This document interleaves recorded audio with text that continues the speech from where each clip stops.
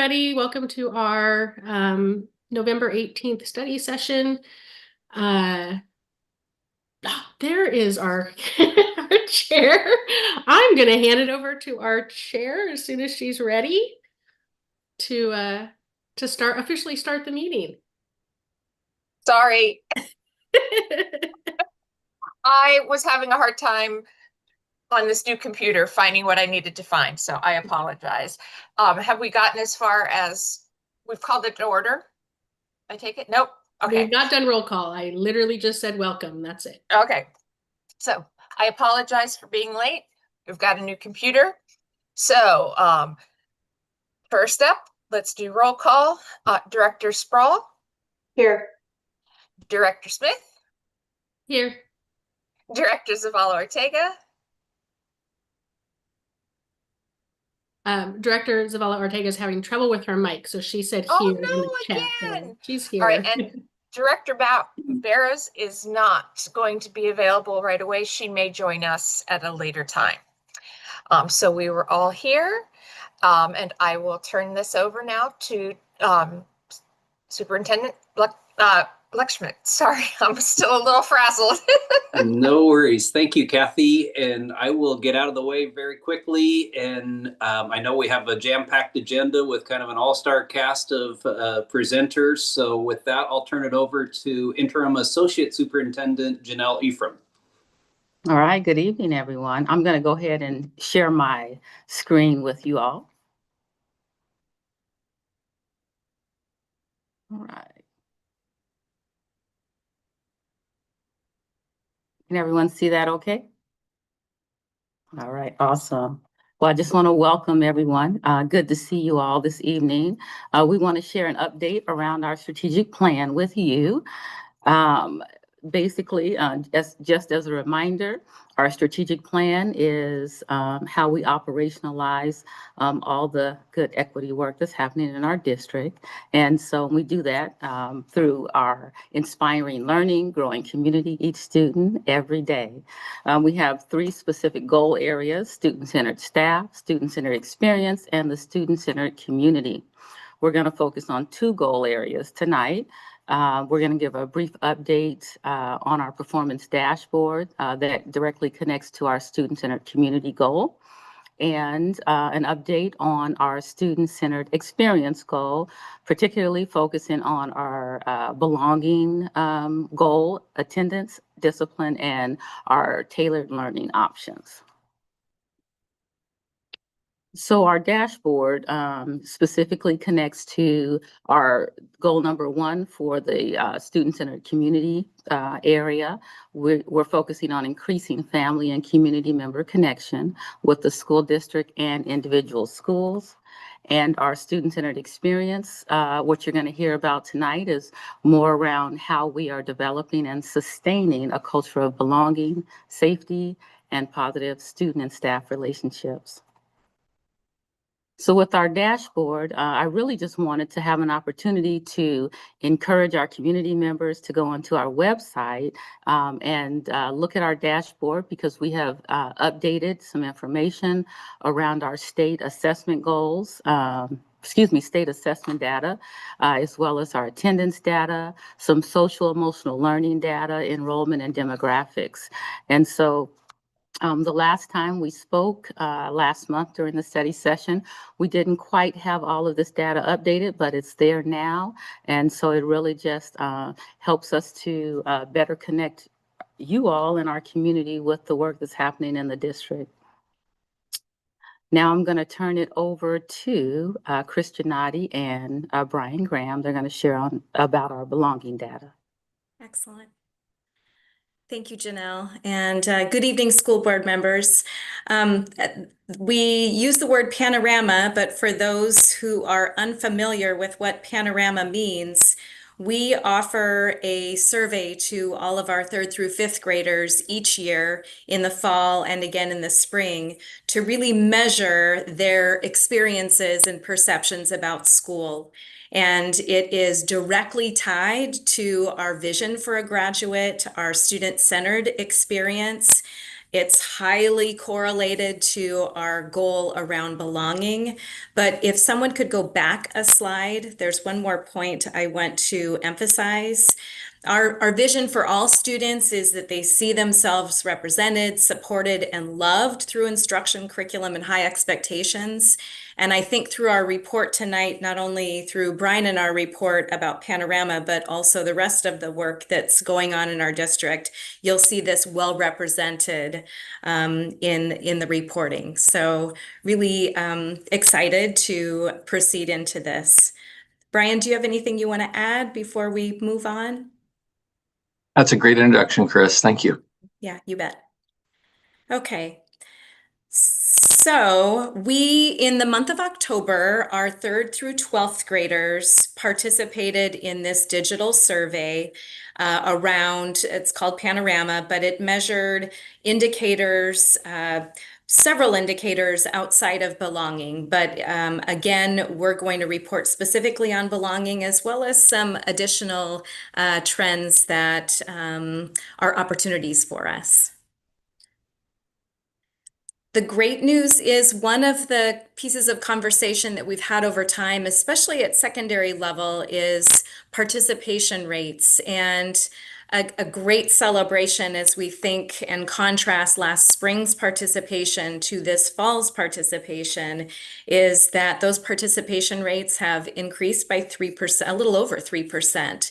And that is a great sign of engagement.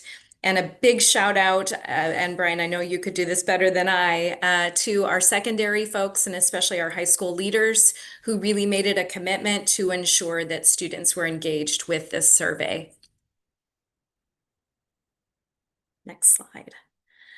I have the good pleasure of reporting about elementary. I'm Chris Giannotti, and I'm the director of elementary level for curriculum, instruction, assessment, and professional learning. And we've been doing Panorama since, I believe, the fall of 2021. That's a long time to really look at students' sense of belonging and to really gauge their feelings about school. And the one band of questions that, again, we're going to be reporting on tonight is on sense of belonging. You'll see the graph over time that shows a little bit of variation, but not really significant variation from 2021 to fall of 2025. We're showing a bit of an increase in belonging at the elementary rates. And these are favorable responses. 58% of our 3rd through 5th graders are reporting that they feel like they're valued members of the school community. But what does that really mean? And that's what those next set of questions will indicate for us. So there are 4 questions, a series of 4 questions that get at that sense of belonging. How well do people at your school understand the kind of person you are? Again, being seen as part of our vision. How much support do the adults at school give you? How much respect do students at school show you? And when you're at school, how much do you feel like you belong? And that's probably the most direct correlation. And each of those big numbers, if you will, are the percentage of students who answered or responded in a favorable way. If you look to the left, you'll see that column that shows the distribution of answers specifically to the question, how much respect do students at your school show you? You'll notice that only 47% of students responded favorably to that answer, which is up from a couple points from last spring. But if you look to the left, you'll notice that students have a selection of 5 different responses that they can choose from to answer that question. And you'll notice the 2 green responses, a lot of respect and a huge amount of respect, those are considered favorable in the green. Then you'll notice the orange and red responses are not considered favorable. And I think it's important for schools, for educators, school board members, and our community to pay attention to some of these indicators, because as you see specifically on this, how much respect do students at your school show you? that 33%, the largest amount of kids who responded that they were shown some respect. So if I were a principal at a building or an educator, I'd be really curious about, well, what does some respect really look like?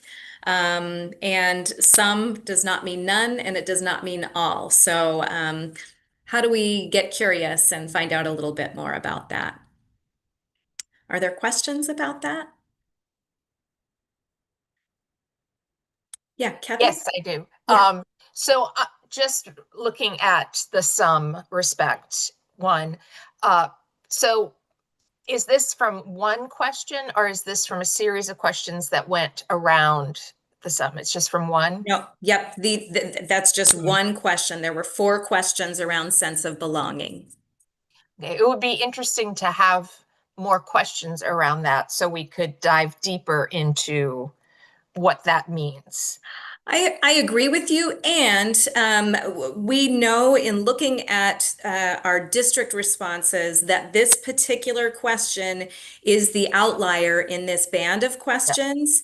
But I do believe, coming from a principal perspective, that what that looks like from school to school may differ in a really great way.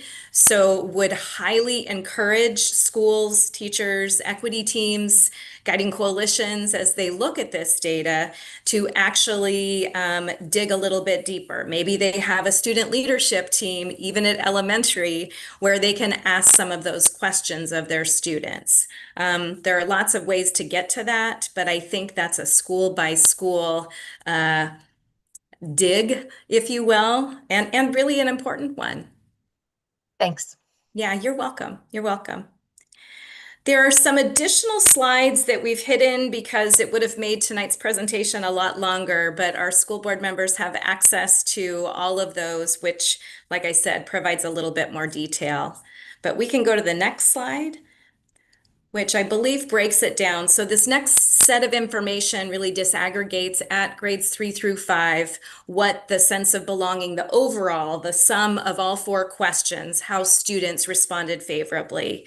And you can see, as far as 3rd through 5th graders, there's pretty similar representation about how they felt in responding favorably.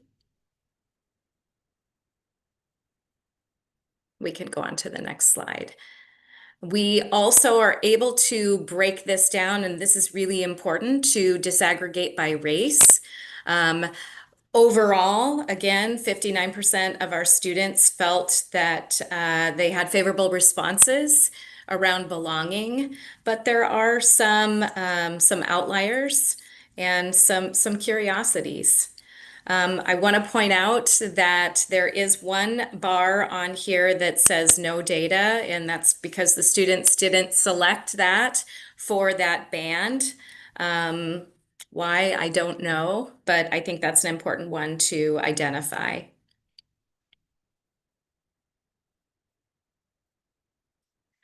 It's also broken down by gender. Again, male, female, we have, it's pretty similar.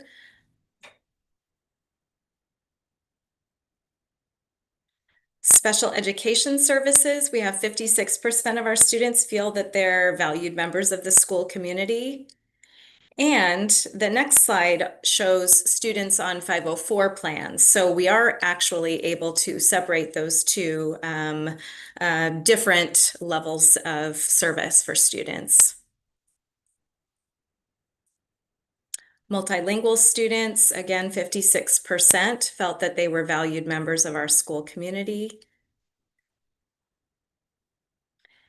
And so we've disaggregated.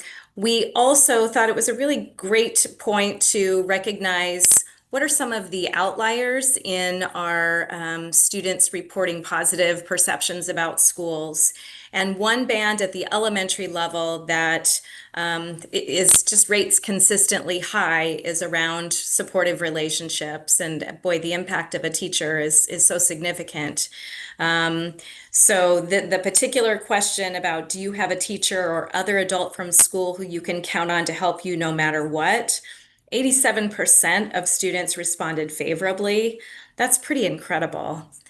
You'll also notice that we highlighted that compared to other elementary scores, our students were near the 60th percentile.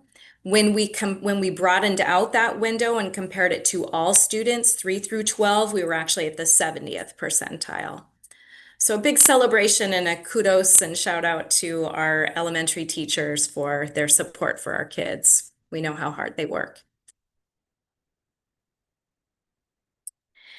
If you've heard these reports before, you know that students are able to provide their own insights about what's on the top of their mind, and we always like to highlight some of their responses.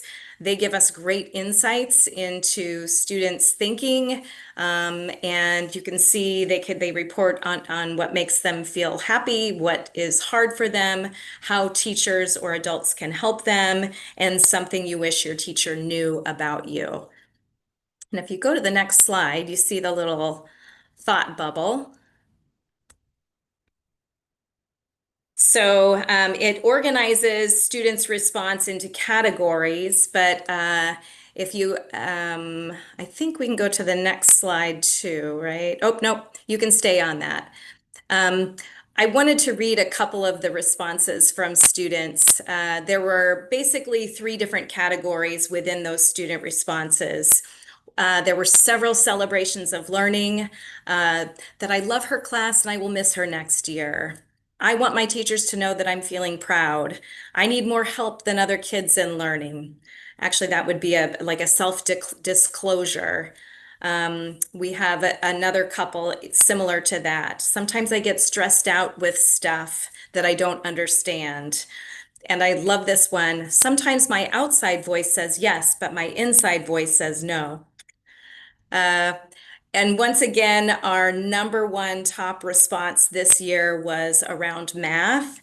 And I'm really happy to say, I think last year was more about struggle, and this year it's pretty evenly split with I love math and I need support with math. So, insights from our elementary students. Are there any questions? Okay, thank you. Okay, thank you, Chris. My name is Brian Graham. I get to serve as Director in Curriculum Instruction Assessment and also Professional Learning, but focused on secondary schools or middle and high schools. So I'll be sharing the very similar slides, almost identical, but there's a couple twists in here for the secondary that we'd like to highlight.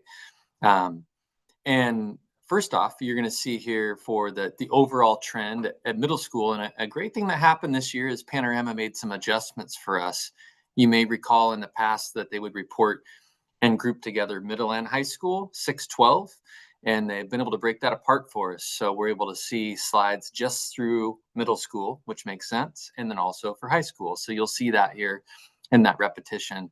But really a nice trend over the last 4 administrations on this survey, and up to 51%, a 4% increase from last spring.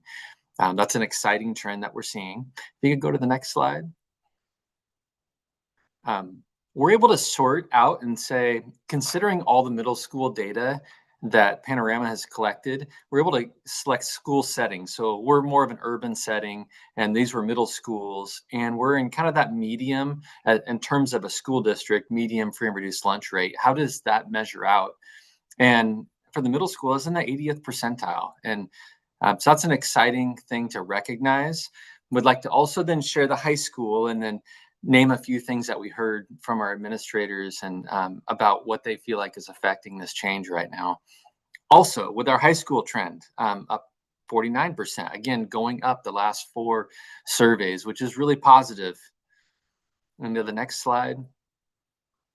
We're able to do that sort again in an urban setting, high schools, medium free and reduced lunch, landing in that 80th percentile for how students are reporting favorable responses with a sense of belonging. And 3 kind of main trends that we feel like are affecting that is 1, student involvement, the student leadership teams that are involved at each of our schools, the student voice that's been involved is creating more buy-in and impact here.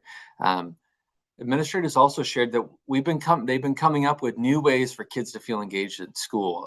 The different activities, programs that are offered for kids to feel like they're part of their school community has changed and grown. And so those are really positive things. I'm excited also for you to hear the stories from our other departments later in this presentation that I think will also lean into affecting that overall sense of belonging that kids are feeling in schools right now. Go to the next slide. Like Chris shared, there's 4 questions that were brought together to bring the overall favorable sense of belonging. And so those 4 questions are the same ones that you saw for elementary. For middle school, you can see some nice trends, definitely going up in all of those areas. I won't read all 4, but that's a positive thing for us. And we are able to expand that and look at each question based on the 1 to 5 scale and how each of the different groups, races, services, voiced. And so with our school leadership teams and equity teams and student leadership teams, they're able to look at this more closely and really drill down into areas that they're curious about. And for the 9-12 sense of belonging questions, you can see similar. All of them have a positive trend. There was one, and Chris and I were talking about this question: how well do people at your school understand the kind of person you are? And that's an interesting question, because I would imagine at the beginning of a school year, that would be a question that might be lower than the previous fall, given that we're going to have new classes, new teachers, and how well do people know me early on in the school year? And hopefully that's something that we would see change and grow over the year as kids start to feel part of a school community, a classroom community, and all their courses. Oh, Kyle, I see your hand up. I'm sorry, I was yeah. Yeah, go and for it. I'm actually going back to a couple of slides, so I'm sorry. Okay. I'm following along on my own screen here too. Yeah. For the panorama sense of belonging trend, historical trend curve, did Panorama disaggregate the data between middle school and high school historically, or just this fall? Yeah, so, and I believe if we were to look at, let's take a peek and we could do a quick comparison. So for high school, even like the last one in the spring was 47. What was the middle school? It looks like all the data is the same except for fall 2025. So I Okay. don't want to misrepresent that, like, it's not disaggregated until this fall.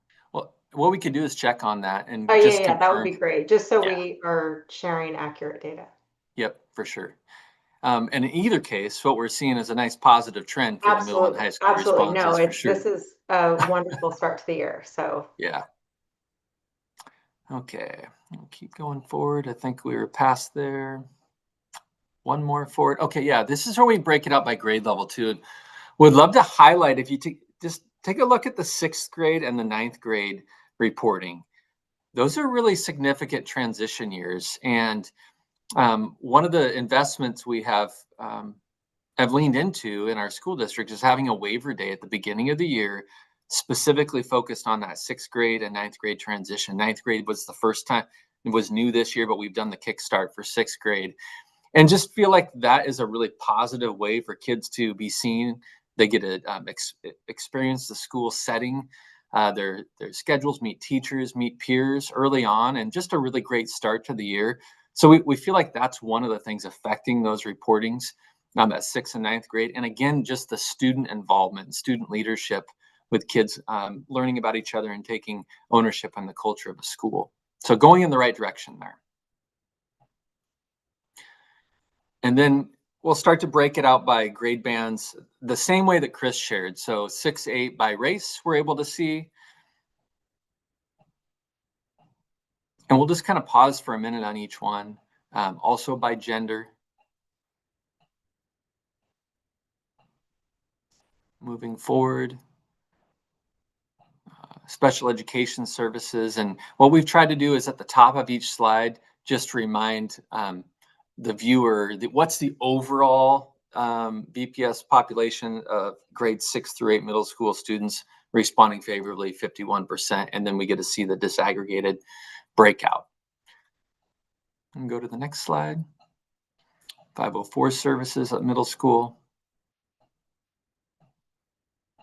Multilingual services at middle school. And then the same slides for high school. So by race.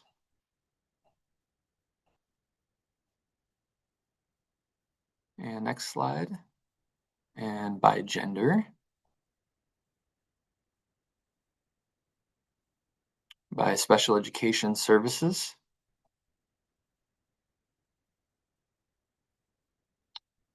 504 services.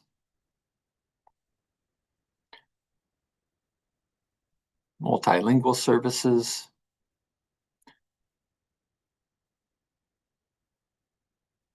And similar, just selected one of the questions, excuse me, that was open-ended. So one of the questions was thinking about everything in your life right now. What feels hardest for you?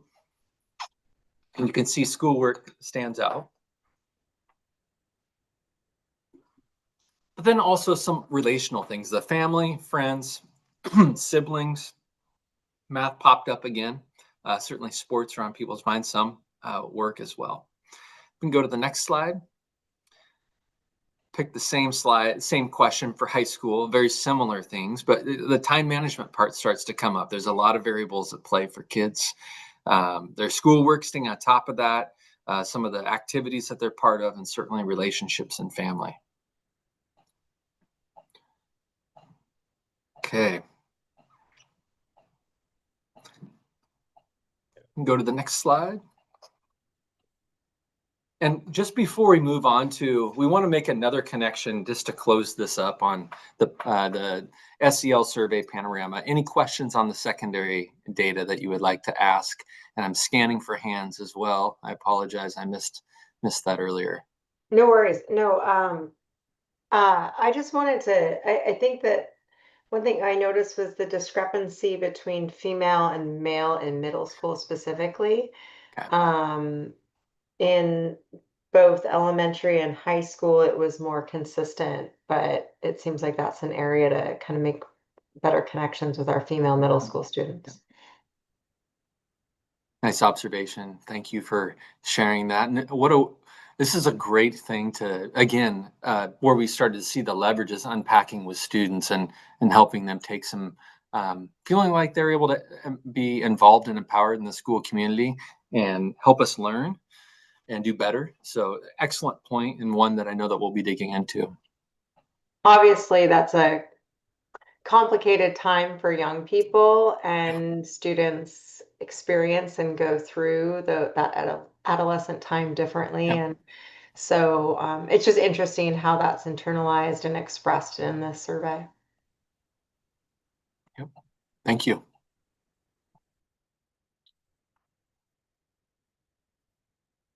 And that's a really great lead into where we're going to head next with the topics, is that just that belief that, we've had this focus around sense of belonging and building some efficacy around that. We're starting to affect that. And here's some different ways that we feel like we're affecting it. And as students feel part of a school community and that continues to grow, it really creates safety and learning space where kids can thrive.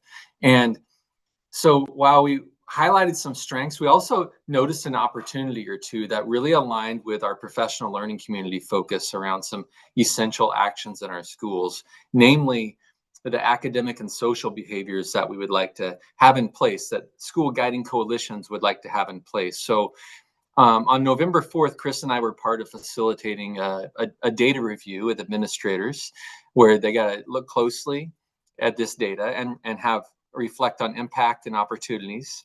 And then also lean into, there was a couple opportunities on these survey topics that came up that we thought were a place to look closer. And one is around student efficacy, and one was around rigorous expectations. So Chris is going to do just a brief overview for you on what do we mean by student efficacy, and then I'll do a brief overview on rigorous expectations, and just as it's a lens for us to lean in and have that next impact on student learning.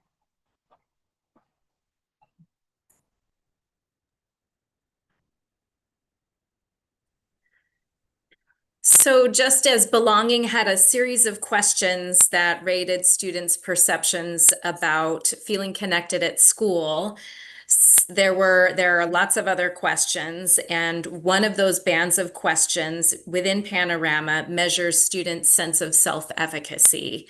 And they define that as how much students believe they can succeed in achieving academic outcomes. I think it's really important to read the questions that are involved because there are two very big outliers when we look at students' responses. How sure are you that you can complete all the schoolwork that is given to you? How sure are you that you'll remember all that you learned in your current classes for next year? How sure are you that you can learn all the subjects taught in your classes? How sure are you that you can do the hardest work that is given to you? And when complicated ideas are discussed in class, how sure are you that you can understand them? And we've got the graphs that measure how students have scored or perceived this experience at the elementary on this slide and middle and high school. And you can see at elementary, we've had quite a dip. And this is something that we've had our pulse on for quite a while. I want to note, actually, if you go to the next slide for a minute, you can see how middle school students responded as far as self-efficacy. And Kyle, I imagine that these these graphs are similar to the other ones where they used to connect middle and high school until this year. But you'll notice a small trend upward for middle school, a slight trend downward at high school. But what I can say is, if we go back the slide for a minute and look at the questions, without a doubt, the how sure are you that you can do the hardest work that is given to you? And when complicated ideas are discussed in class, how sure are you that you can understand them? Across all levels, that was the biggest dip, or the area in which students felt the least positive or the least favorable about. There's one point that I also want to make for our high schoolers.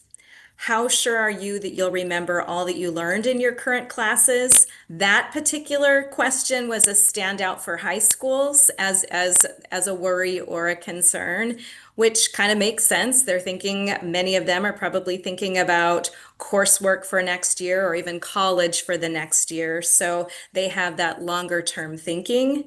But overall, as far as self-efficacy, 3 through 12, we've got some really great opportunities ahead of us. Thank you, Chris. And really the connection we're making here is that we know our the schools and with the guiding coalitions, our teacher leadership teams are looking closely at what are the academic and social behaviors that we're trying to enhance and support and grow for kids. Because we know when that happens, that the confidence in themselves, the ability to take on challenging things, that maintain that stick-to-itness and belief in themselves. And those are skills that we want them to take outside of school for sure. The other one that came up for us was around rigorous expectations. We saw that connecting. And Panorama defines that as how much that students feel their teachers hold them to high expectations around effort, understanding, persistence, and performance in class. And so looking at this as an entry point, some of the questions, there's 5 questions that are reported around there. How much do teachers encourage you to do your best? How often do teachers ask you to explain your answers? How often do teachers take time to make sure you understood your schoolwork? How high are your teachers' expectations for you? When you feel like giving up, how likely will your teacher ask you to keep trying? And so you can see the elementary trend. And if we go to the next slide, you'll be able to see the middle and high school, kind of a flat line. But as we looked at how those data points were reporting out, they were some of the lowest of all of the different survey topics that we had. And we saw it really connecting to some of the work that we're leading around academic and social behaviors. So it became an opportunity, a place to look closer, and for our school teams to really lean into. And so we'd love to just share about what the next steps are around that. And so you've kind of heard that school guiding coalition around PLCs, the teacher leadership teams with the school administrators looking at this data closely, listening to students, listening to teachers, and then creating action plans around that to really impact how kids are feeling, what we're focusing on as educators to help kids, really feel like they can give their best effort. They're going to have support, take risks, take on challenging, rigorous experiences, and we feel like we can have an impact there. Chris, do you want to add anything to kind of wrap things up? I think there are great opportunities ahead, and I think our leadership teams are on board, especially as we shared this information. It is highly connected to that guiding coalition work and next steps.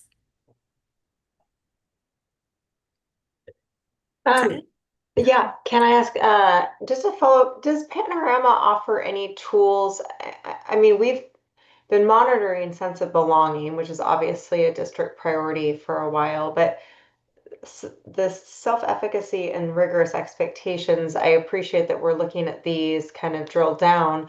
Does Panorama offer an opportunity to kind of resurvey or get more detail on these specific areas or tools?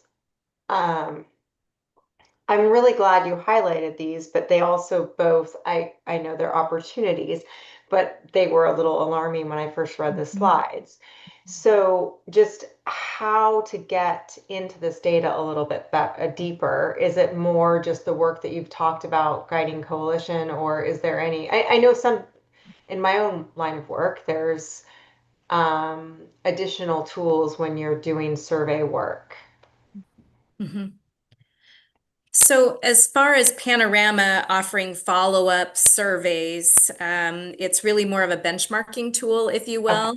It would behoove the guiding coalitions and student equity teams to really choose that area that is probably aligned with their SIP to delve deeper. I would imagine most schools would involve any type of student leadership team, even at the elementary level, to design some questions to dip into what is this really about, so that the adults can make sure that we're not making assumptions basically about why this is. So that's what I would recommend. Brian? Yeah, I think that's a great point. I mean, it brings to a question like how we're going to survey again in the spring. How often do we want to survey? Are there specific questions that we might be wanting to look at in our school community? Because each school data will be slightly different. But the thing that's been really exciting as the school teams are looking at those essential academic and social behaviors, they're considering the Panorama data. And the great thing that's happening is at some of our sites, and this is as we're sharing this process, the student involvement's there, the staff involvement's there, and then the community involvement. I know of one of our high schools that's been pulling in the community voice on this as well. So now we're looking around this as a school community and saying, yeah, these are things that we want to affect with kids. And if we're all talking about it and now starting to monitor it, we're going to show that we have a value in these things. And it creates some common understanding. So I mean, it's a great question, and one that I think is also going to be a bit site specific as they unpack it more thoroughly. I appreciate that. Thank you. There are two very interesting threads, I think, to juxtapose, because self-efficacy is really more of a self-reflection versus rigorous expectations perception of the system.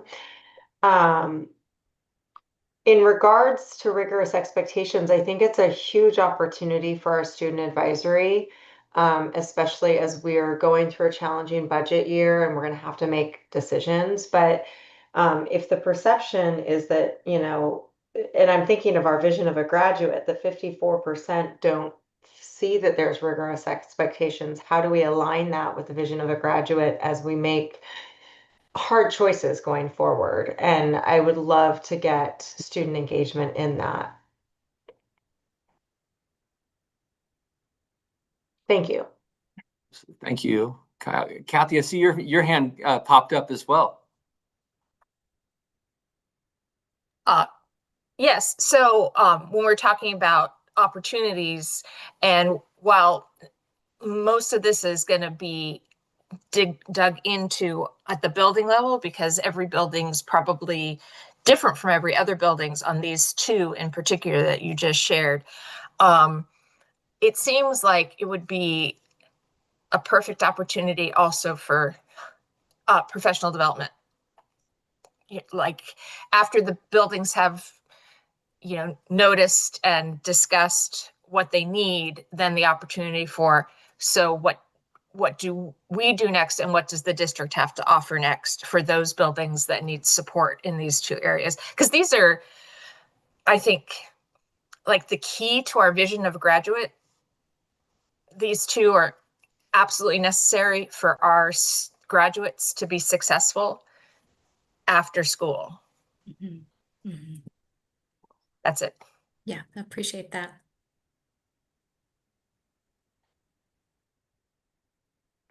Are there any other questions? Thank you. Thank you for your insights.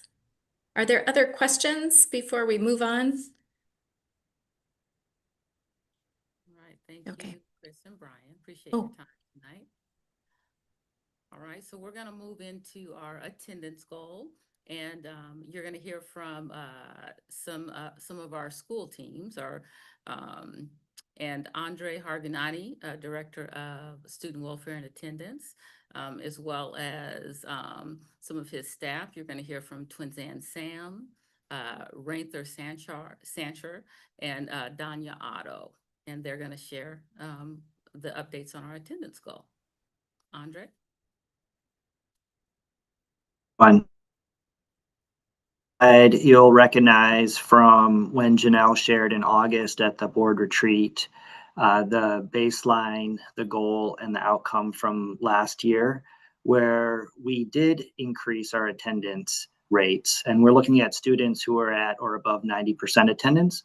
And so our goal was to increase it from 62.7% up to 65%, 65.03. And this is updated a little bit because we had more accurate data from when you saw it in August. And you can see we almost hit that goal at 64.9%. So we were close to meeting our goal for increasing student attendance for all students. And then the second goal is to close the disparity. And you can see that actually, instead of closing the disparity between student groups, it actually increased. And unfortunately, this is continuing this year as well. So when we look at our attendance so far this year, our attendance this year is better overall than our attendance last year. And so our attendance rate is increasing. However, the disparities are continuing also to increase. And so we haven't yet figured out how to close those disparities. What we're doing is we created a new dashboard to help us look at those disparities. And so Janelle, if you could go to the next slide. So this is part of our new dashboard where we can see the attendance rates by student group based on race. And so you can see, looking at the variety of races, that there's quite a bit of difference in the attendance rates between the student groups. And so these are the disparities that we're talking about when we're looking at from the lowest, the student group that's attending at the lowest rate versus the student group that's attending at the highest rate. And then if you go to the next slide, Janelle, we're also looking at disparities based on program. So whether students are identified for the high cap program or not, whether they're receiving special services or not, 504 English multilingual learners, or whether they're homeless. And so you can see that within each of those groups, there's also some disparities to varying degree. And so this is where our work is focused, is how do we start closing these disparities? And so next slide, Janelle, you can then, as a kind of overall celebrations, our attendance rates are improving. They're improving overall, and they're improving for most groups. Even as the disparities are growing, the attendance rates are still improving. Obviously, the opportunity for improvement is that the disparities are growing. We need to figure out how to stop that from happening. So I've invited 3 members of our Chukis staff. So Danya, Twinzan, and Rainther. And they're 3 of our 9 Chukis staff. So actually the number of staff members in our district is growing. Last year we had 6 members of our staff who were Chukis. This year we have 9. And starting last year, all throughout last year and this year, they've started to meet together as a Chukis advisory group so that they can start brainstorming together, identifying barriers, think through their cultural lens of how we can come up with some solutions.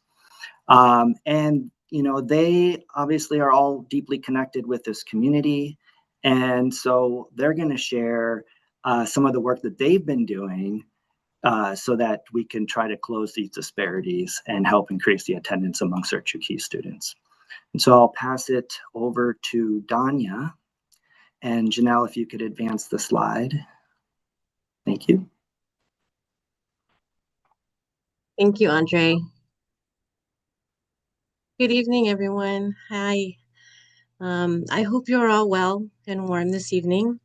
As Andre mentioned, I am one of the 9 Chuki staff that we have in VPS. My name is Danya Otto. I am one of the 2 district bilingual Chukis interpreters, translators, and family liaison. I want to share a little bit of the initiatives that we as a group are working on in our Chuki staff advisory. So our group was formed with a simple but powerful purpose, as Andre mentioned, to have space to brainstorm and collectively support our Chuki students and families and our district, and to make sure that our Chuki students and families feel seen, supported, and empowered in our schools. Every day in our different roles, we strive to bridge the gap and the gaps that too often stand between our students and their full potential. Gaps created by language differences, cultural misunderstandings, and systemic barriers. And we work together to ensure that no student or family has to navigate those challenges alone. Our group is made up of all of our Chuki's VPS staff, as mentioned, all in our different roles. Our 2 Chuki's interpreters, translators, and liaisons, our 2 counselors, our Chuki's family advocate and student advocate, a DRO, and our 2 paras. So we all come together in a space to share, elaborate, advocate, and support each other. Some meetings we plan to change the world, as Andre says, and some we just sit there listening to each other's experiences and learn from each other. From our monthly meetings for the past few months, we have developed plans and strategies to help our students and families and staff. One example was a Chuki's interpreter training where we went into our Chuki's community and chose a few interpreters that help support our district interpreters during peak times, like parent-teacher conferences in fall and spring. That helped bridge that language gap for families and supported the capacity of our district interpreters that are most times overloaded. Another plan that's new that just started is the parent volunteers at Mac and Fort. We are trying to support students and families in our district with attendance. We know there is a concern with some of our Chuki students wandering the halls, skipping class, or being tardy. We want to support the staff at the school and, like in our Chuki's culture, raise and guide our kids together as a family or as a village. In our Chuki's culture, the saying "it takes a village to raise a child" is very literal. We feel having our parent volunteers from the Chuki's Parent Support Group that Twinzan formed will help families feel engaged with the school and involved with their students' learning, but also be a sense of enforcement and presence to our Chuki students. Our last Chuki's Parent Support Group meeting, our parents were really excited to be involved in this pilot. And we also have most of them cleared to be volunteers. Our first parent volunteer meeting and tour took place today at MAC, so we're excited about this pilot and how it will turn out. We're really optimistic that this will also extend to Ford High School. Partnership to support a student's success is really important. In the work that I do as the interpreter, I have learned that one strategy is working for some of our tricky students is the partnership between the teacher, families, and the student. And I just don't mean during the parent conferences. It's daily communications, consistency, and the follow-up. So at MAC, I have a teacher that emails me when he has a tricky student that is struggling. I will then translate the email into Chuukese and send it to the parent and or make the call with the parent with the teacher on the phone. The teacher will usually want to meet with the parent and the student. In this powerful meeting, I see the teacher to parent communication about what the student is struggling with, whether it be tardies, absences, academics, or behavior. Facilitating this meeting allows me to make sure the parent is understanding what is happening with his or her child in class. After the teacher allowing the parent to respond or discuss their thoughts, there is usually a lot of productive conversation. The teacher then asks if it's okay to call the student down to the meeting. With the student present, the teacher will review the conversation with the parent and then let the parent and student have a conversation together. So here I see accountability on all parties, the teacher, the parent, and the student. I usually see the student understanding expectations from both the teacher and the school and the parent. Most of these students that we have meetings with, I have never gotten another email about. There are only a few that we have to do follow-up emails or conversations about. So I feel the communication piece is key. And with the addition of the Chuukese parent volunteers presence in the halls just launching, we're really hoping for the best. I would like to hand it off to Twinzan, my other colleague, to continue and tell us more about the Chuukese Parent Support Group. Thank you all.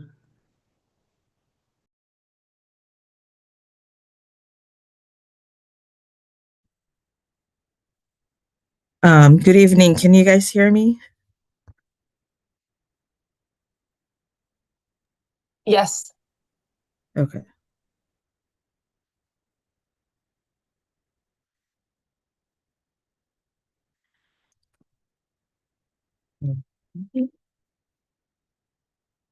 Um, Thank you, Danya. As Danya mentioned, my name is Twinsan, last name Sam, and I'm the Chuukese family advocate for our school district.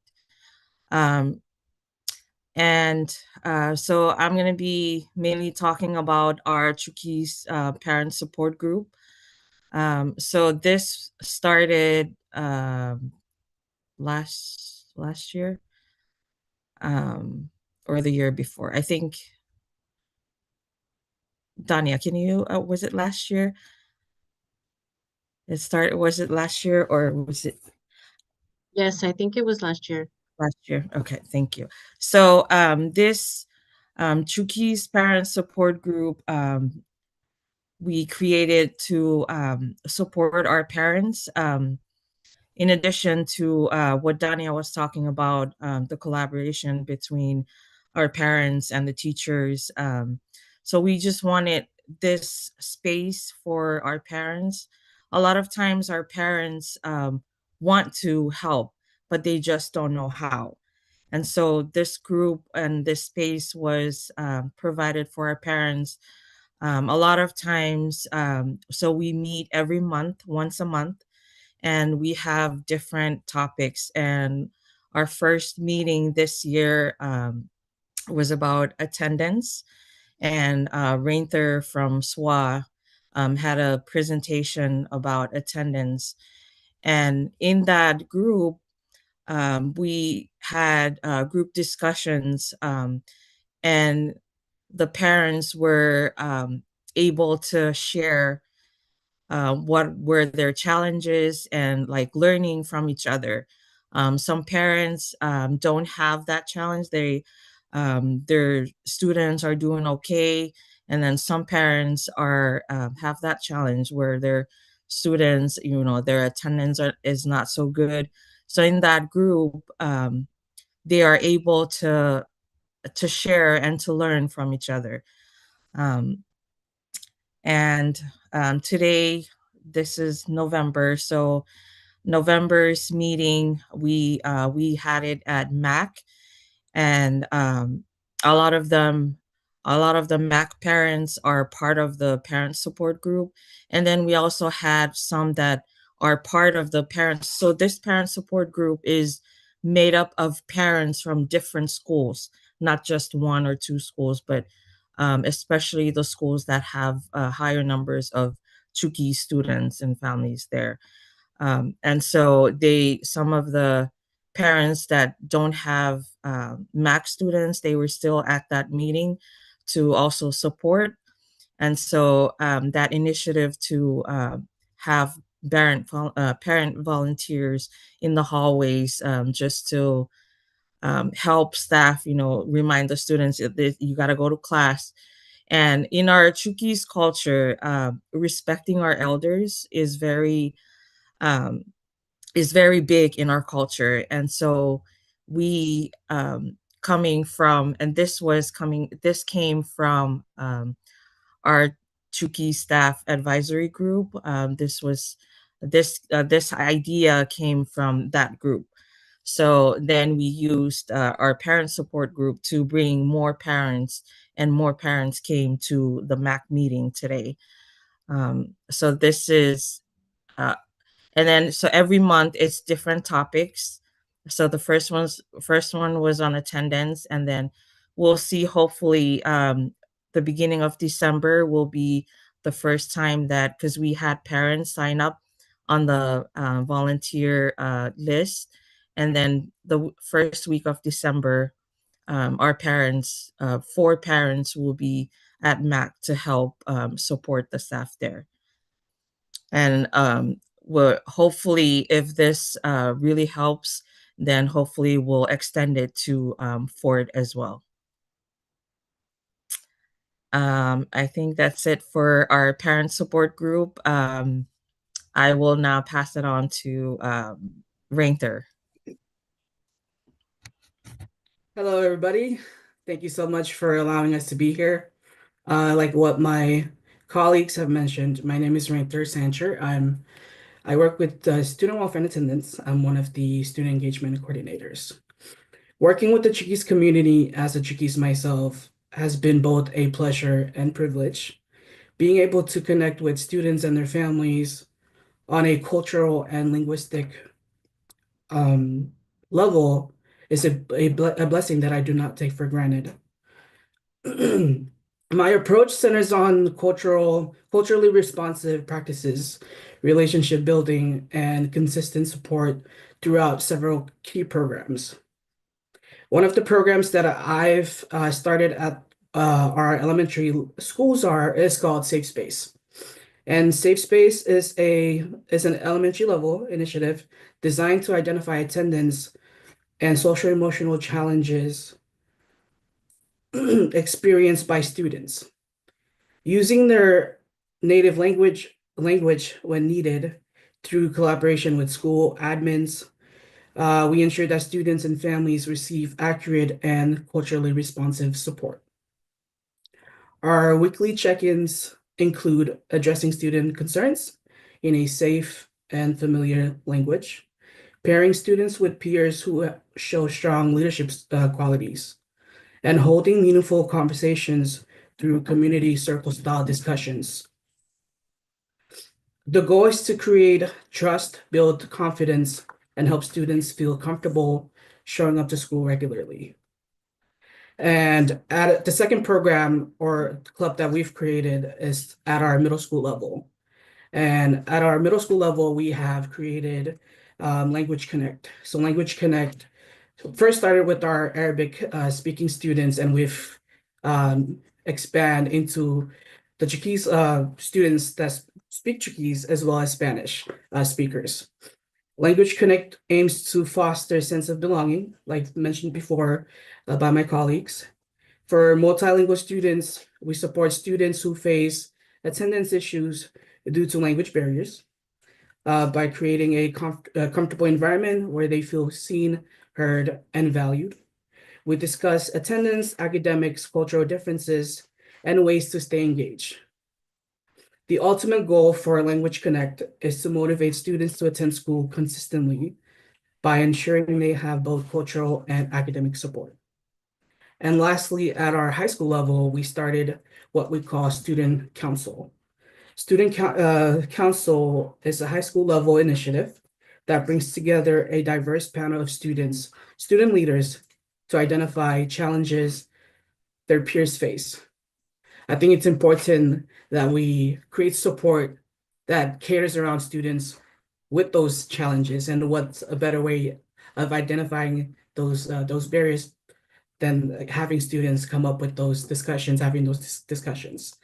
And some of the common attendance related issues identified by students during these panels or during these sessions, majority of students with attendance issues at the high school level consist of conflict or miscommunications between students and teachers.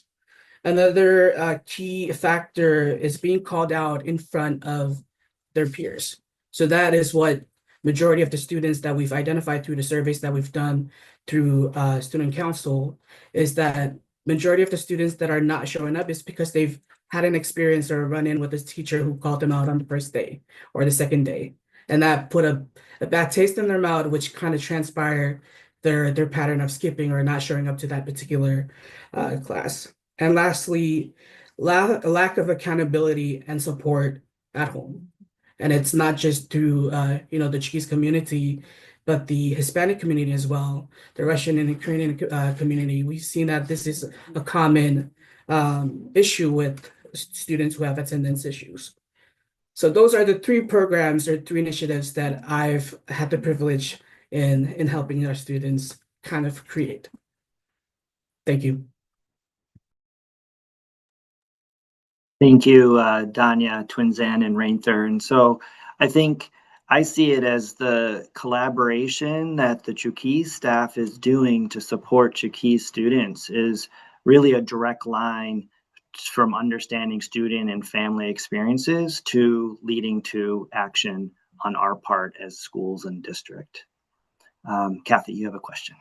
So I was just, listening to Rinther talk about the barriers that happen and why students don't return to school, and the, sort of the losing face and then not wanting to return.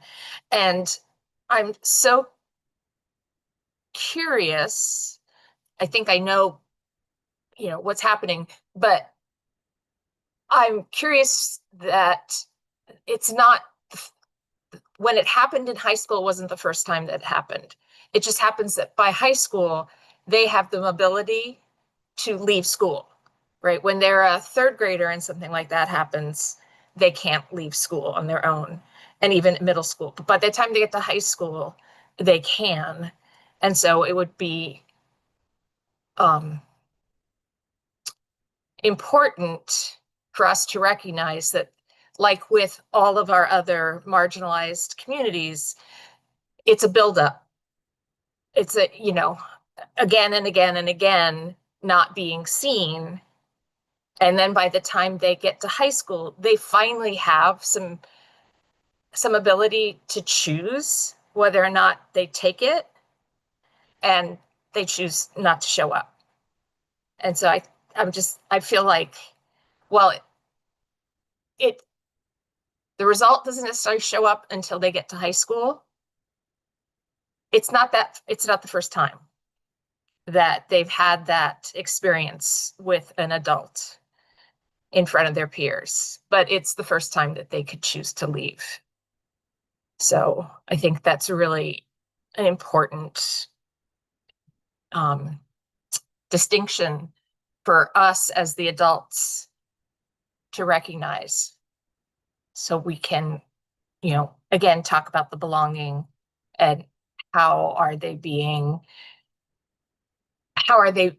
respected and treated at the elementary school and the middle school in such a way that the first time it happens in high school, their reaction is that, oh, now I can leave. So just a comment.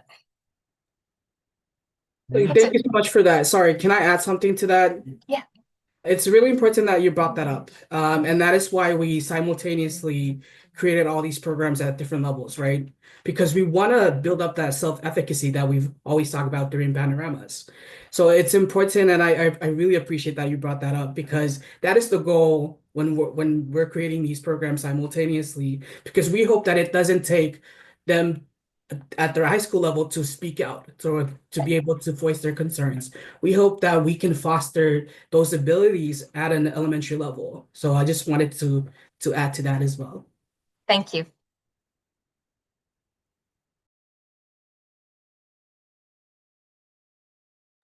Hi, Sandra, you want to ask your question? Yes. First, I just want to say thank you to Rainther, Danya, and Twin San. This is amazing. Like, I am just so impressed, and I feel emotional. Just I think going from only having one Chickees interpreter to now having a community of 9 individuals within our district, I think speaks volumes. And I know I'm just going to say that's not enough even then. But I just want you to know that your work and your dedication is valued, and I appreciate you being here tonight. I also love hearing that you have a circle of trust, and that's power within your own community that also not only affects our Chickees students, but also affects all of us. So I guess my question is, how can we as a district meet our Chickees community within their culture in a way that helps them with their belonging and success, instead of them having to always modify themselves to reach us? I don't know if that makes sense. And I guess my other question is, and these are not questions you have to answer today. These are just questions that I have. Are any rules or policies that we've created a barrier to our Chickees community? Because I know that there are sometimes rules that are within our white culture that are very normal in a sense, but I would say that sometimes for our minority communities, they're not. So I guess I'm just wondering if there are things that we can do better to help our students feel that they belong and for them to succeed. So those are just some of my wonderings with all of these programs and community building. And I just want to add on to what Sandra said, in that, again, that's a lot to ask in all of a sudden meeting.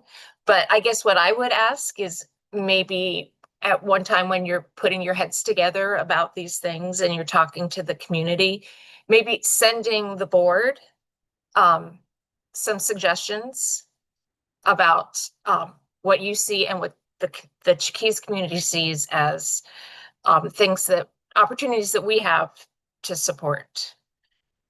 Because doing it on the fly like this, you don't really get necessarily the opportunity to dig deep.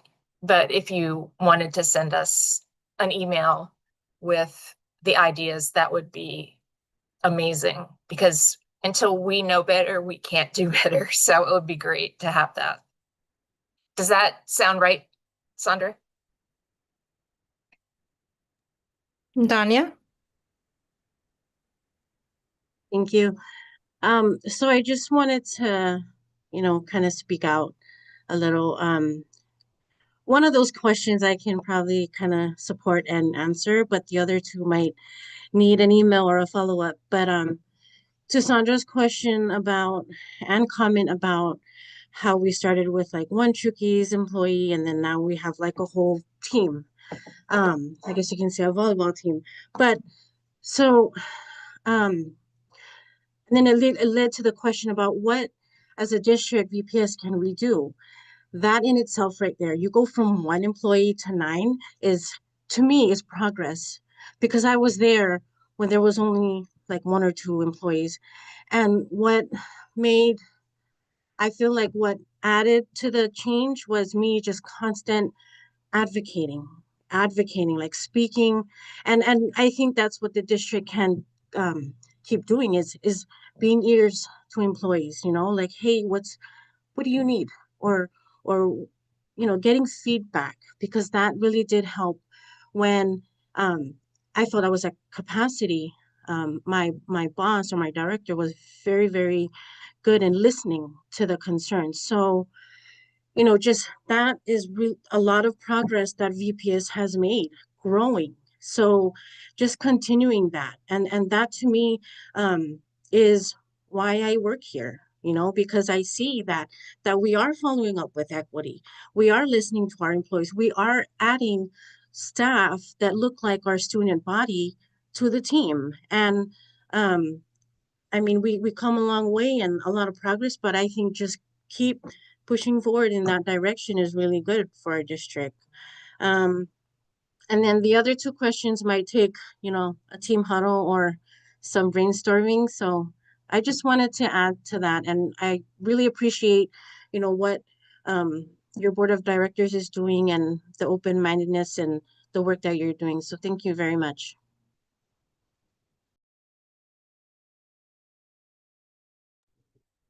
I just wanted to add, I really appreciate hearing from the staff that are directly involved and hearing about the work going on in the buildings and the kind of um, really makes me feel like we are following our strategic plan, building student-centered community and engaging our families and partnering in schools to find solutions. So I appreciate all of the leadership and work happening at the ground level.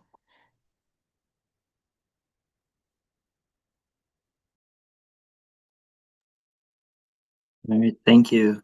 Rainter, Danya, or Twins, any last words, or are we ready to move on to the next part?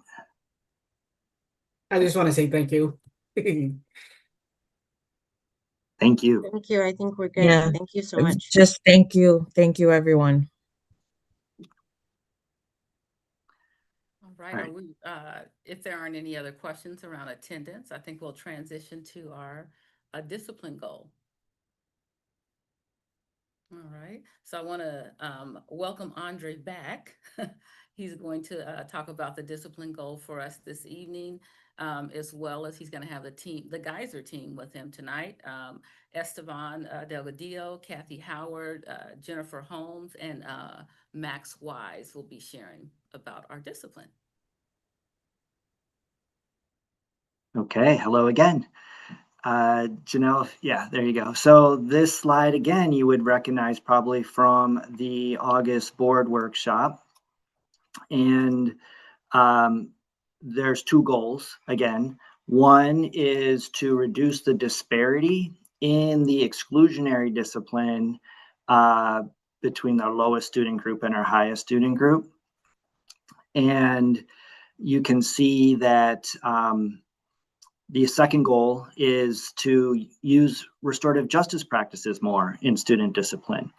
And so the outcome last year was that we did reduce the disparity some, where you saw that actually in the 22-23 school year, it was 58 days per 100 students. So we were doing better than that. However, in the 23-24 school year, it was 40.47 days. So we did worse than that year. So it was somewhere in between those two. Again, this is looking at days per 100 students, which means for that student group, how many days of exclusion were there for each 100 students in that group. And for the restorative justice practices, we did meet our goal of increasing that in our discipline practices last school year. So we met one of the two goals. Janelle, if you could send it to the next slide. So looking at this year, we're first going to look at exclusion risk. So we look at exclusionary discipline in two ways.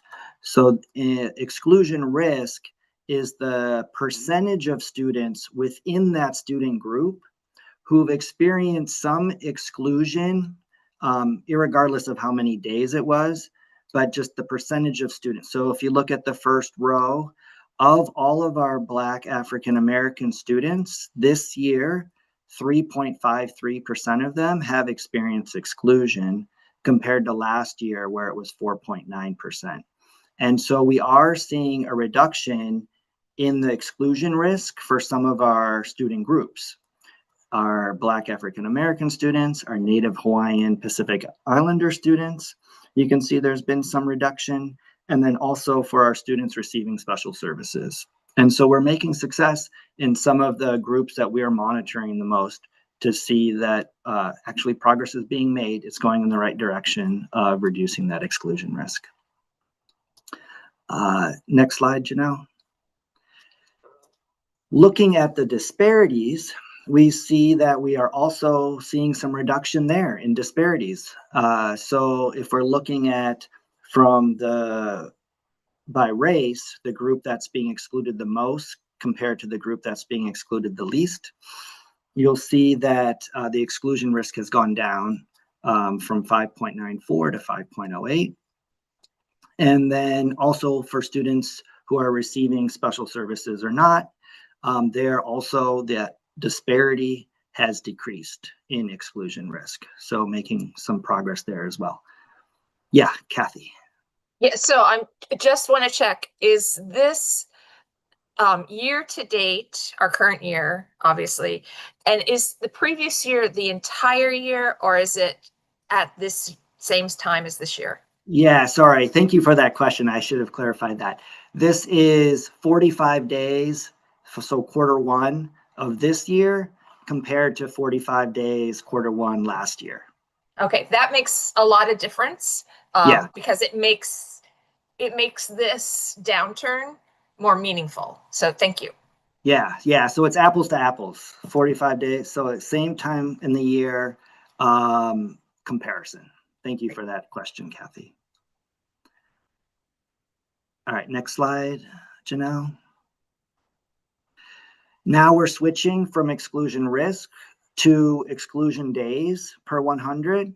And so what this means, if you look at quarter one this year, we can look at that first row again, of our Black African American students, out of every 100 students in that group, this year, quarter one, there's been 8.09 days of exclusion. Compared to the previous year, quarter one, there was 16.6 days of exclusion. So you can see it's been cut in half this year of how many days per 100 students in that group. We've also seen reductions in several of our student groups. So you can see for Pacific Islanders, right? So all of these here are where we can celebrate improvement in the reduction of exclusion days. Sometimes that's thought of as severity of the exclusion as well, right? So how long are we excluding them for? All right, Janelle, next slide. And we can also see that the disparity by race has also decreased. So when we look at the group that's receiving the most exclusion days per 100 students versus the group that's experiencing the least, you can see that there's been over a 4-point reduction from 15.65% to 11.34%. So we've seen some good progress in reduction of disparity as well. Okay, next slide, Janelle. And then here are opportunities for improvement. One area that's really concerning and weighs heavy on my heart is our students experiencing homelessness. that is continuing to increase. The exclusion risk for students experiencing homelessness continues to be higher than students who are not experiencing homelessness, and the disparity is increasing. So that's one area that we really need to look at. For students receiving special services, it was sort of mixed. The disparity in exclusion risk has gone down, but the disparity in exclusion days has gone up. So a smaller percentage of our students receiving special services are being excluded. However, they're being excluded for longer periods of time. And the other thing is, for all of our student groups, even though we are making progress, you saw there were several groups that we're making progress in, there are still these disproportionalities that we need to address. We haven't completely closed the gap yet on those. And so we need to keep working further on that. All right, next slide, Janelle. So one school that has, I want to highlight because their discipline exclusions data is quite impressive this year, is Geyser Middle School. When looking at the exclusion risk and exclusion days per 100, there's been a reduction in every single student group at Geyser Middle School, every single one. And not only that, but the reduction in disparities is also there. So when you look at the disparity by race, at this time last year, there was, and this is exclusion days per 100, there were 31 days of exclusion per 100 students gap between the lowest group and the highest group last year. And now it's down to 10-day gap. So there's been quite a reduction. And then also between students receiving special services and not, the gap has also closed significantly. So the Geyser team is here to share all the wonderful work that they're doing. And so I'll pass it on to them. Good evening. My name is Esteban Delgadillo. I'm the principal at Geyser Middle School, and I've got not all of our team, but a good part of our team that really supports our students. Max Wise is our restorative justice coach, and we have our two associates, Jennifer and Catherine, that are joining us. One of the things that we've tried to kind of wrap our head around, and what's happening, because we can feel that there's a difference just in the culture of our school. And when we're looking in our data, we've talked a lot about today around sense of belonging data, building our community at Geyser, we have increased from 36% to 51% in our sense of belonging data, which is something that we've really been focusing on. In the slides, I've linked our attendance data. We started keeping track of our attendance data over the last number of years. In particular, actually last year, to be fully transparent, when the threat of ICE coming to our communities and within our building to see if it was going to impact our students' attendance. And what we started noticing is that it didn't.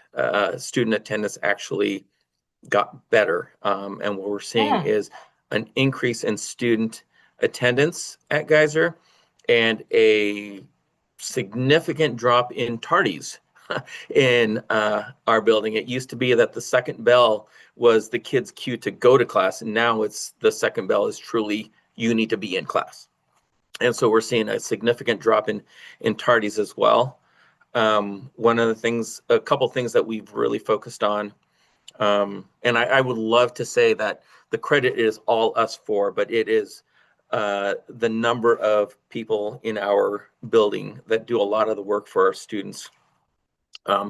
Our counselors, our dual language program is a big part of it. We've created a community with our feeder school, Sarah J. Anderson. And last year we would go to Sarah J. Anderson and RBG, and our dual language students would support their 4th and 5th grade and kindergarten classes as kind of like a walk to read type of thing, but we're literally going to a different school. We have tried to create opportunities for our students. So our counselors have really pushed opportunities for students, particularly Cascadia Tech. We had over 20 students just last summer get a high school credit by taking classes at Cascadia Tech. That also included just not our students, but also our AVID students. So our AVID students take their visits to both Skyview and Fort. And we have a really, really robust unified program. We've expanded our unified sports teams, which are pretty big for and bigger than some of our high school teams. Just want to throw that out there. To include unified PE. We have unified STEM. And we're really trying to fill into our art area as well. We've developed some community commitments, our tier 1 community commitments that are not only behavior centered, but academically centered, from what all classes and contents should be doing and what students should be seeing from class to class. And we love our restorative coach. Honestly, a lot of the work comes from him and Max. And, having him in our building to be able to work with our students to support any smaller discipline things so that it's not a punitive conversation the way they might see us as admin, but more of a collaborative conversation between staff and students. He's led a number of our PD in for our admin or for our staff. And what we're seeing is the restorative language that maybe he would use, or even our counselors or us admin would be using, it's being used with all our staff. We not only have restorative conversations between students, but between teachers and students that are supported through either himself, our admin, or our counselors. So we can go to the next slide. This is our trajectory and it's trending in the right direction. So we've really focusing on sense of belonging has really built our community. Our kids like to be here. Our kids want to be here. You can see that when the bell rings and everybody's in class. So it's been a really positive trend that we've been seeing, and we're really trying to focus on it and anchor on what we can do with this. So we're focusing a lot more on, we're trying to really push our academics and our academic structures in classes to support our students' learning as well. And I think Catherine may have the next slide for us.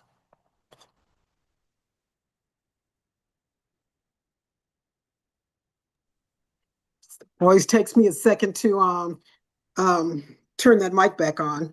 So I'm Catherine Howard. I'm one of the associate principals at Geyser.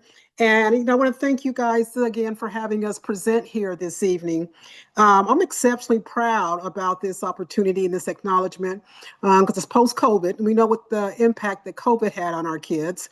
And then also Geyser hasn't had the best reputation. That 21-22 school year post-COVID, the whole year was focusing on testing, keeping the kids separate, X amount of feet apart with the desk in the classroom. We kept them separate at lunch. We limited the amount of students were at the table. Plus, we had plexiglass up. So everything we were doing was the exact opposite of what we've ultimately been able to achieve with the sense of belonging and the sense of community. And then we were also able to immediately see the rewards of our efforts with lunch detention. In previous years, the lunch detention, let me back up, students received lunch detention for either tardies, excessive tardies, or referrals. So we've seen our numbers go from 15 plus per lunch, we have 3 lunches, to this year, we have a handful of kids in there each lunch, 5 or less. And there's been days that we've had to cancel lunch detention because of no students. So we're very, very, very proud of that. And it's just amazing. It's absolutely amazing. So the question is, how did we get here? So as a school community, we realized that we needed to change how we were interacting with our students and how the students were also interacting with each other. So we decided to do a no tolerance for swearing and racial and protected class slurs. Everybody was on board, and anytime we heard the language, we immediately addressed it. If it was in the classroom, teachers wrote referrals, parents were called, and then we would have conversations with these students. So the conversation was asking the why. Why were they even using the language? Educating them on the language they were using. Some cases would result in a hate and bias lessons with Max Wise. So everything was about educating and just creating an environment where they felt valued, that we stopped them, again, how they were interacting with each other. They do it playfully, always just kidding, but still, it doesn't feel good to have someone saying all these mean and cruel things about you. So that was something that we had buy-in from everybody, and we have seen that drop significantly, the language at the schools. Utopia, no, but it is 100 times better than it used to be. So we also transpired also resulting in songs through lessons. So we also have incident reports that the students write, and the incident reports could be for language that they found offensive that students addressed to them, or they could have had someone put their hands on them, but it was a situation they wanted admin to address. So when they write these, the expectation is that we respond to them, and that also is what helps build community and trust by us responding to these incident reports in a timely manner. And it's also students self-advocating, which is huge, because a lot of students, when they finally decide to write these incident reports, and we ask, why didn't you write it sooner? You find out things have been going on for a long time. They felt like nobody cares. You guys aren't going to do anything. So when students submit these incident reports, we understand the value of them, and it's imperative that we respond to immediately and acknowledge what's going on. So with these incident reports, it could result in just a conversation with the child. It could restore in a restorative opportunity with the student that they had issues with. So we also, the next topic is the re-entry meetings and in-school suspensions. And everything we do is how can we support students? How can we help them be successful? So with the reentry meetings, those typically happen after a suspension, multi-day suspension. Sometimes the reentry meeting could just be admin and the student, or it could be an entire team. It could be admin, it could be parent, it could be the counselor. If they have an IEP, it could be their case manager, could be the psychologist. So it's anyone who can support this kid in being successful going forward. And that's what we do, is come up with a plan for success, identify adults they feel comfortable to, so when these issues arise, they feel like they have someone they can go to. So by the end of these meetings, hopefully, and often they do, they feel very, very supported.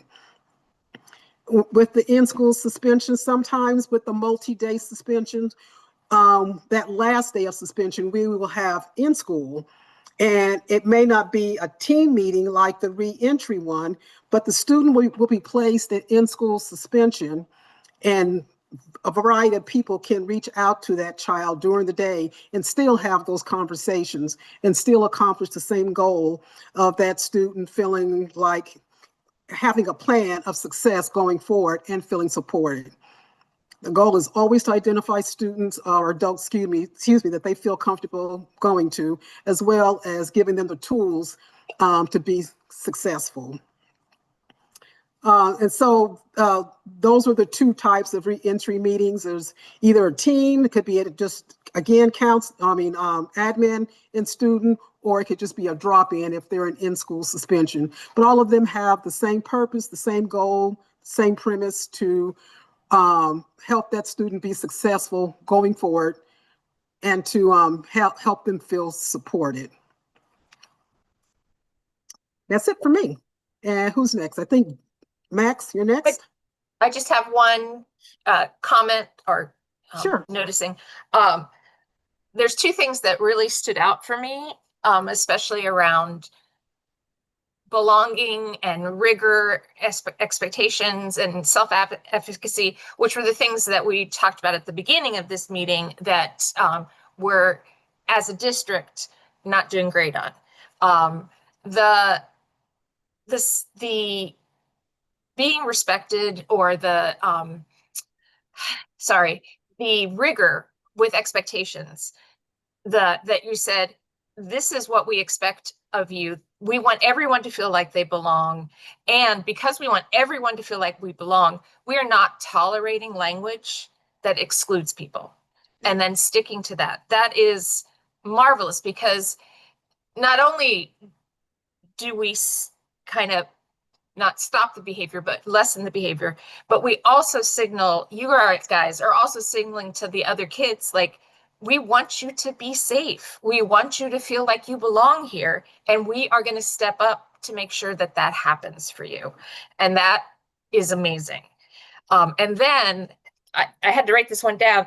The fact that students are writing some of their own incident reports, talk about self-efficacy. I mean, that's just amazing. And that you then, you act on those as soon as possible. That just also gives them that sense of, oh, I'm important. I belong here. I mean something. And these adults are helping to keep me safe. And those are just two amazing things. Thank you so much. Yeah, thank you. And real quick, I want to mention, Esteban mentioned our Geyser Tier 1 commitments. So the very first one is that teachers are at their door greeting the students as they enter. And that's huge too. I mean, getting a fist bump from your teacher, just saying hi, little comments, it's a great way to start your day. So, and that's something that our teachers are committed to doing as well, that has made a difference. Okay, thank you. I think, Max? I'm ready. Janelle, can I see the next slide, please? I don't think I'm working on tailored learning options yet, though. Yeah, looks like maybe a slide got lost. I don't even need my slide. I know this stuff so well, I promise you. My name is Max Wise. I'm the restorative justice coach at Geyser Middle School. It's my 8th year working at Geyser. I've been there longer than my administrators, and I'm so deeply proud to report that this absolutely has felt like the best first quarter in all my time at Geyser. And it's a big thanks to my admin, and as Esteban pointed out, like, so many people across our community who have contributed to a tremendous start of this school year. I'd like to discuss just a few things that we think we can owe some of these improvements to. The first one is close to my heart. We have homeroom lessons as part of the contracted intervention time. There's a few number of us who create 4 15-minute lessons to start Tuesday, Wednesday, Thursday, and Friday morning every week. This has been an incredible opportunity for our community to truly have every student at Geyser engaging with the same education multiple times every week. It's good for a nuts and bolts way, as we've alluded to, the hate and bias protocol, which has been an incredible tool for us to combat identity-based harm in our schools. I was able to do a live stream and explain the nuances of that protocol to every single student in that 15 minutes. So there's, of course, some students may have been absent, but 95% of our students that day got to hear it and hear it in depth. Similarly, we have cultural heritage celebrations for the various months now. That is really consistent. It's not just like a single bulletin board in the school. It's a theme to the entire month, and something that we can return to in a variety of different ways throughout those lessons. Also, I think Kyle earlier was asking about, okay, we have this panorama data, like, how do we get more in there? Kyle, I'm so glad you asked. Tomorrow, our lesson is actually having the students looking at our panorama data, getting in there, and trying to give us some more of that context. Okay, you can choose an answer 1 to 5. What does it mean? What does it mean to be in our community, and where can we continue to improve? So future steps will actually be having students generating kind of our own mini panorama questions that then we can kind of get deeper into those details.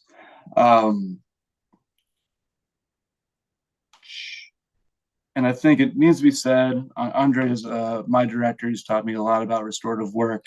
Shared joy, shared work. These are two of the very important ingredients to the community stew. And this homeroom opportunity has absolutely given us that chance to have a good time. All of our students created a class-specific handshake last Friday. You could hear the yells and giggles throughout the school hallways that day. And similarly, when we were doing the hidden bias protocol, the next day was, let's talk about, like, why do folks have the urge to harm each other based on their identity? And I'm proud to say that there's some teachers who reported to me, hey, I know the bell rang after 15 minutes. We decided this was important enough and we had enough momentum that we were going to continue this conversation into our content time. I just think it's been a tremendous opportunity for us. And I'm very proud to see where it continues to go. We're only a number of months into it. Beyond that, as the restorative justice coach, I am central to our work in restorative conversations. It's my 4th year in this role. We've built this up over time. It's really changed the way that our students, and I'd say our staff, navigate conflict in our space. There is, as Esteban mentioned earlier, there's a common language surrounding this. People would say, I want a restorative conversation. They know what that actually looks like. What does that mean? What is the result? In the past, restorative conversation meant that your teacher gets to yell at you and you get to, like, sit there for a little bit sometimes. This is much more interactive, involved, and following some structures that have been excellent.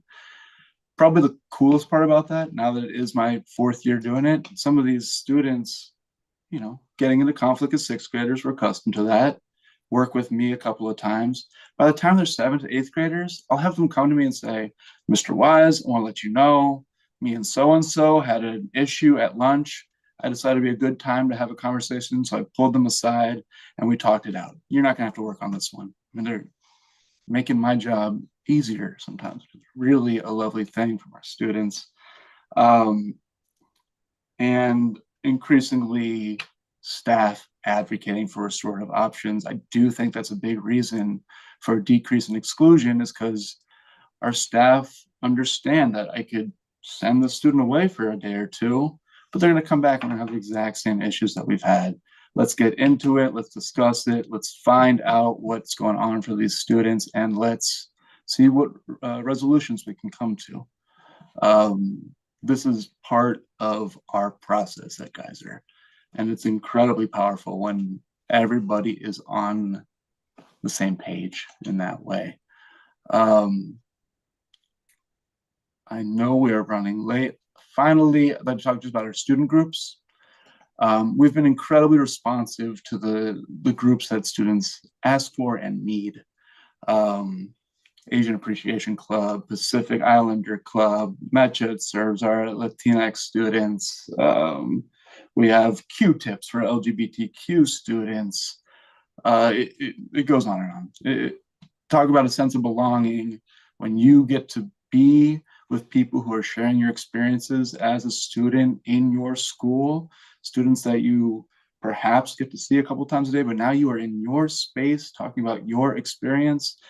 It's hard to point to something that would help a student feel more like they belong to being with people who have such an intimate knowledge of that experience. It is an important plug. I think, huge shout out to our Chiquis staff members in the district. Twin Stan's been coming to Geyser for years now. Rainther is a common face in our community. I should not be leading a Pacific Islander club.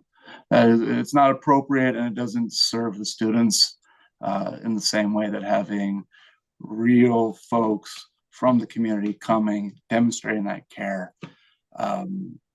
We are extremely fortunate to have their support, and I think the proof is in the pudding. Our students feel that deeply. Thank you so much. We actually have one more slide I know it goes straight to TLO, but Jennifer Holm is able to quickly speak on our TST, Teacher Support Team, and a bit of our Tier 1 commitments that we've alluded to. Take it away, Jennifer.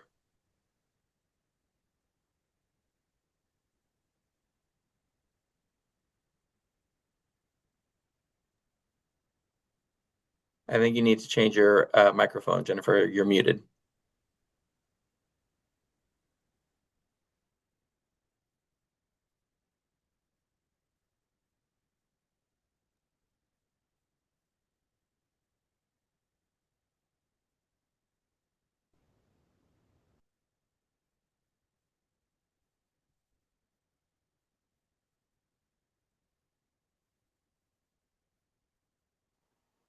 How's that? There we go. I'm back. Okay. Thanks for catching me like before I got too far into that. Good evening, members of the board, district leaders, and guests. Thanks for being here this evening and providing us the opportunity to share some of the highlights of the work at Geyser. My name is Jennifer Holm, and I'm one of our associate principals, and I'm actually new to this team this year. I would like to share with you our TST, or Teacher Support Team model. Every Tuesday morning at 8:30, you find a group of specialists gathered in the library. This team is made up of administrators, counselors, mental health support, special education representatives, our restorative practices coach, language development specialist, as well as our lab coordinator. This group comes together to offer an open table of resources for teachers.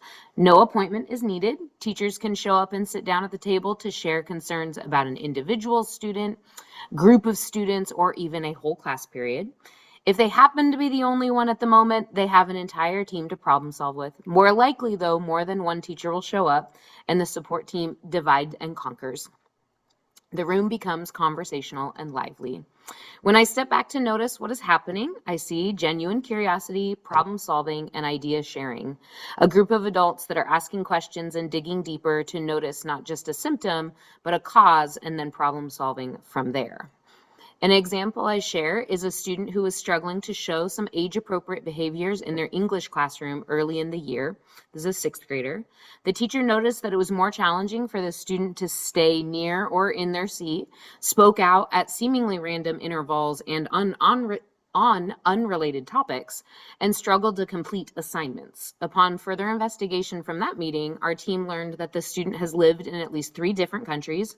They didn't start their verbal communication until they were school-aged, and they have likely experienced other trauma prior to being in our school this year. After digging deeper, our team was able to have our language specialist, school psychologist, and interpreter complete a deeper parent interview with that family to understand their school experience. And from there, they've worked together with teachers to develop strategies to use in the classroom to help support student needs. This is just one example of how Geyser's TST works together to create a shared understanding of student need and find different angles to approach the problem and support student learning. Teachers have shared that they like the removal of barriers for support and simply knowing that they can easily access a whole host of resources within our Geyser community. Just this morning, someone came and sat down at the table and said, I'm sort of here to talk about some students, but I'm also just here to hear some good ideas and connect with my colleagues. The second support that I would like to share is the Geyser Tier 1 Community Commitments document.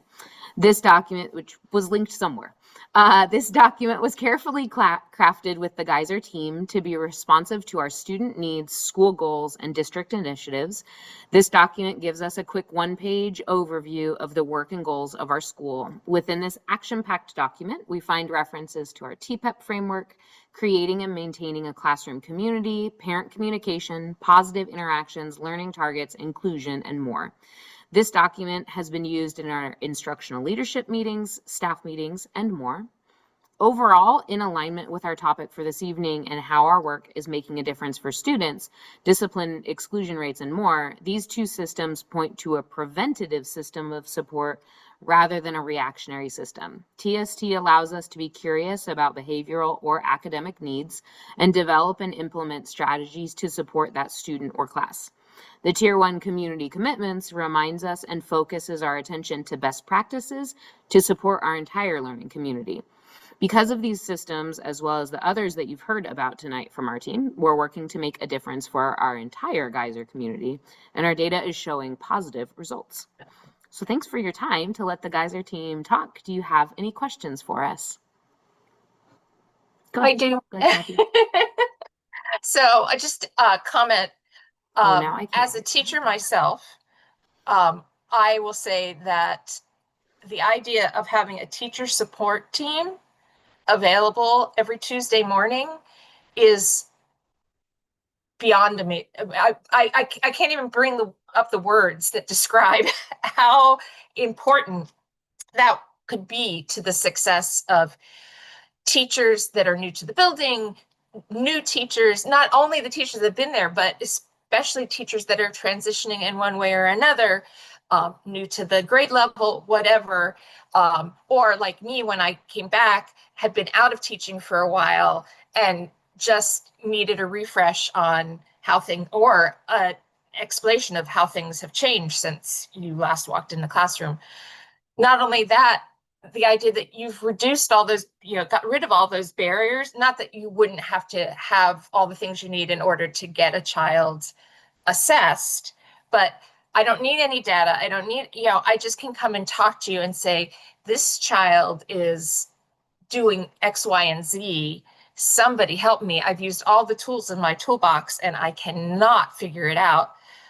What a fabulous resource, and also what a fabulous relief to all the teachers in the building to know, if I stumble, there are teachers that are there are specialists that are going to help pick me up again and figure out a way that I don't stumble on this one again. It's just, I have to say that this entire presentation from Geyser is just almost made me willing to teach middle school, but not quite.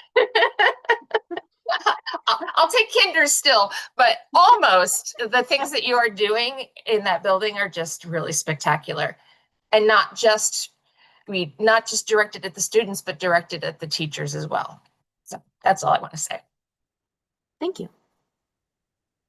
I wanted to thank, sorry, I'm having a sneezing fit. I'm gonna catch it.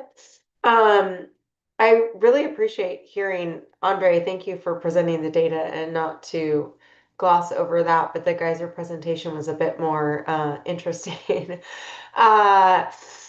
It feels like it's such a shift towards proactive, right? Like everything is doing to reduce in advance. And both Jennifer, your discussion about Tuesday morning seems amazing in the sense of people coming together to just build those connections and resources.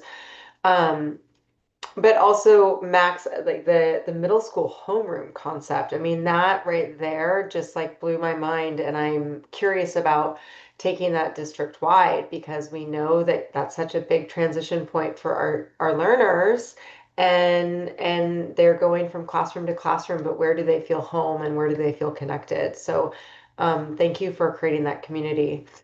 If I could add one more cool thing, I was talking Go to a for it. teacher today, and we were talking about her first period class that she has with homeroom.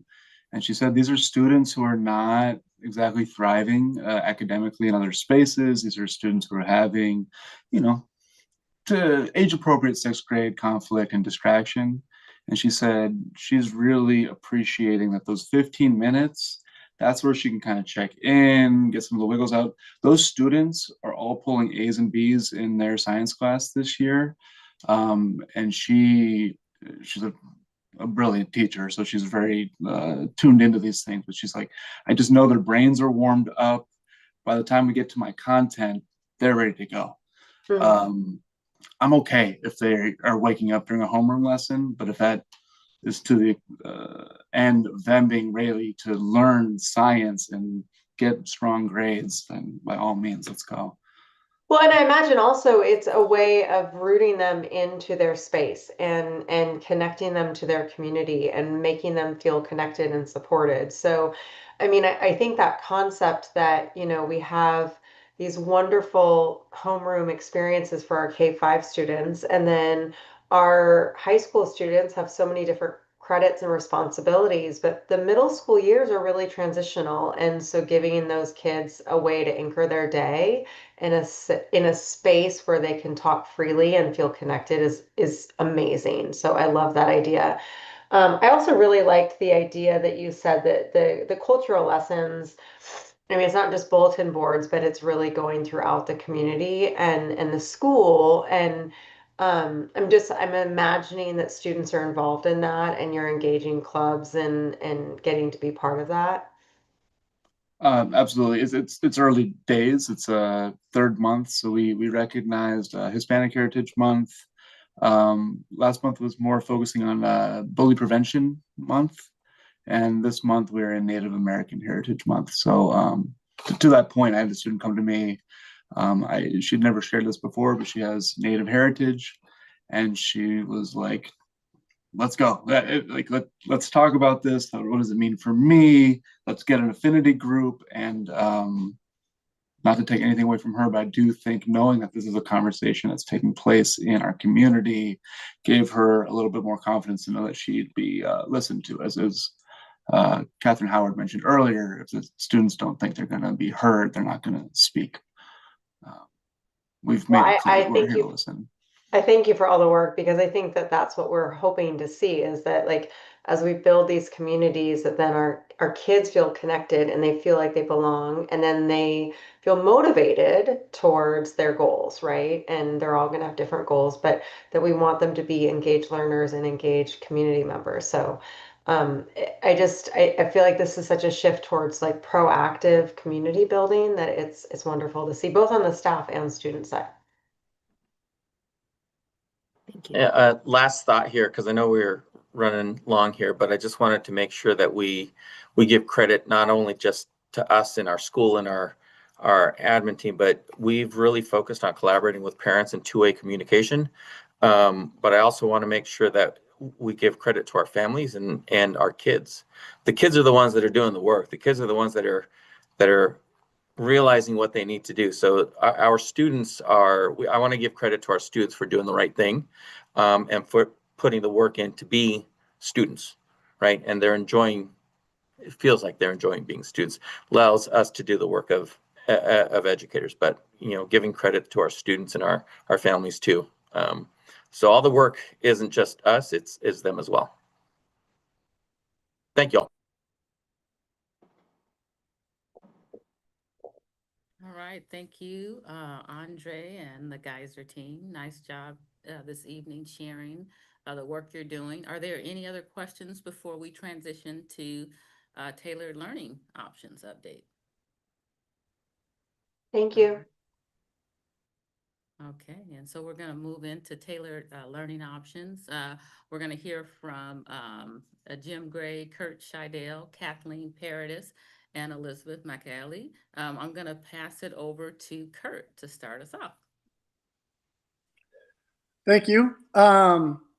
We had a great opportunity to speak with the board just not too long ago. So hopefully we'll be able to fill you in on the things you had kind of asked where you wanted a little more data-centric experience to kind of ground the next stage of the discussion. I know that we have tried to limit our conversation a little bit so that it doesn't take us too long tonight. But this idea of preparing our district for what the future might bring is really important in the work that our team at the Tailored Learning Options work has been asked to do. I think that as you hear the things tonight, you're going to see a nice through line from the work what we've been listening to for the last couple hours and how this work is important to the overall long-term health of the district as the public is expressing the need for looking at things outside of the comprehensive system. Next slide, please. This is just so you know, like one of our programs at VHC centers around kind of the homeschool work, but I think that this slide is instructive.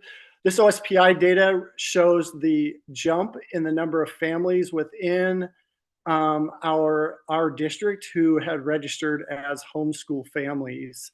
And so, you know, that is just a portion of the tailored learning options work, but I think it exemplifies a little bit what we're trying to help support, and the board to also, you know that like things are shifting as you guys, you know, have been feeling and navigating. Just the next slide really shows, here's the programs we're kind of, we have anchored ourselves in so far, and the things that we're trying to do within the tailored learning options work in Vancouver Public Schools. And the next slide shows the ones that are centered on the re-engagement end of the programming. So whenever we have re-engagement students, we are in a place where we are trying to support the students not falling out. And lots of the students represented in our re-engagement programs have often been struggling in school, and as you might have with like the panorama data and those kinds of things, not necessarily experiencing what we hope within the district. So this just reinforces for you guys what those programs are. Okay, so the next slide. Each week, the Tailored Learning Options Review Team accepts referrals from school teams. So this is representative of those referrals, not necessarily the referrals of self-referral to our registration queue, but this gives you a really good picture as to the types of things that students are struggling with, where they're looking for something different than their comprehensive system. So anxiety, attendance, mental health, struggling academically, like those are really elevated in terms of the reasonings for people looking for these kind of other options in our system. Within that same, the next slide shows that within that system, within that kind of referral system, the representation of students who are being referred by school teams, and a high percentage are either special education, 504, or are multilingual learners. So we do have a high representation of historically disadvantaged students that are coming through this process of the TLO referral process. Okay, so with that background, we do want to highlight some of the work or the positive effects that this work's having. So on the next slide,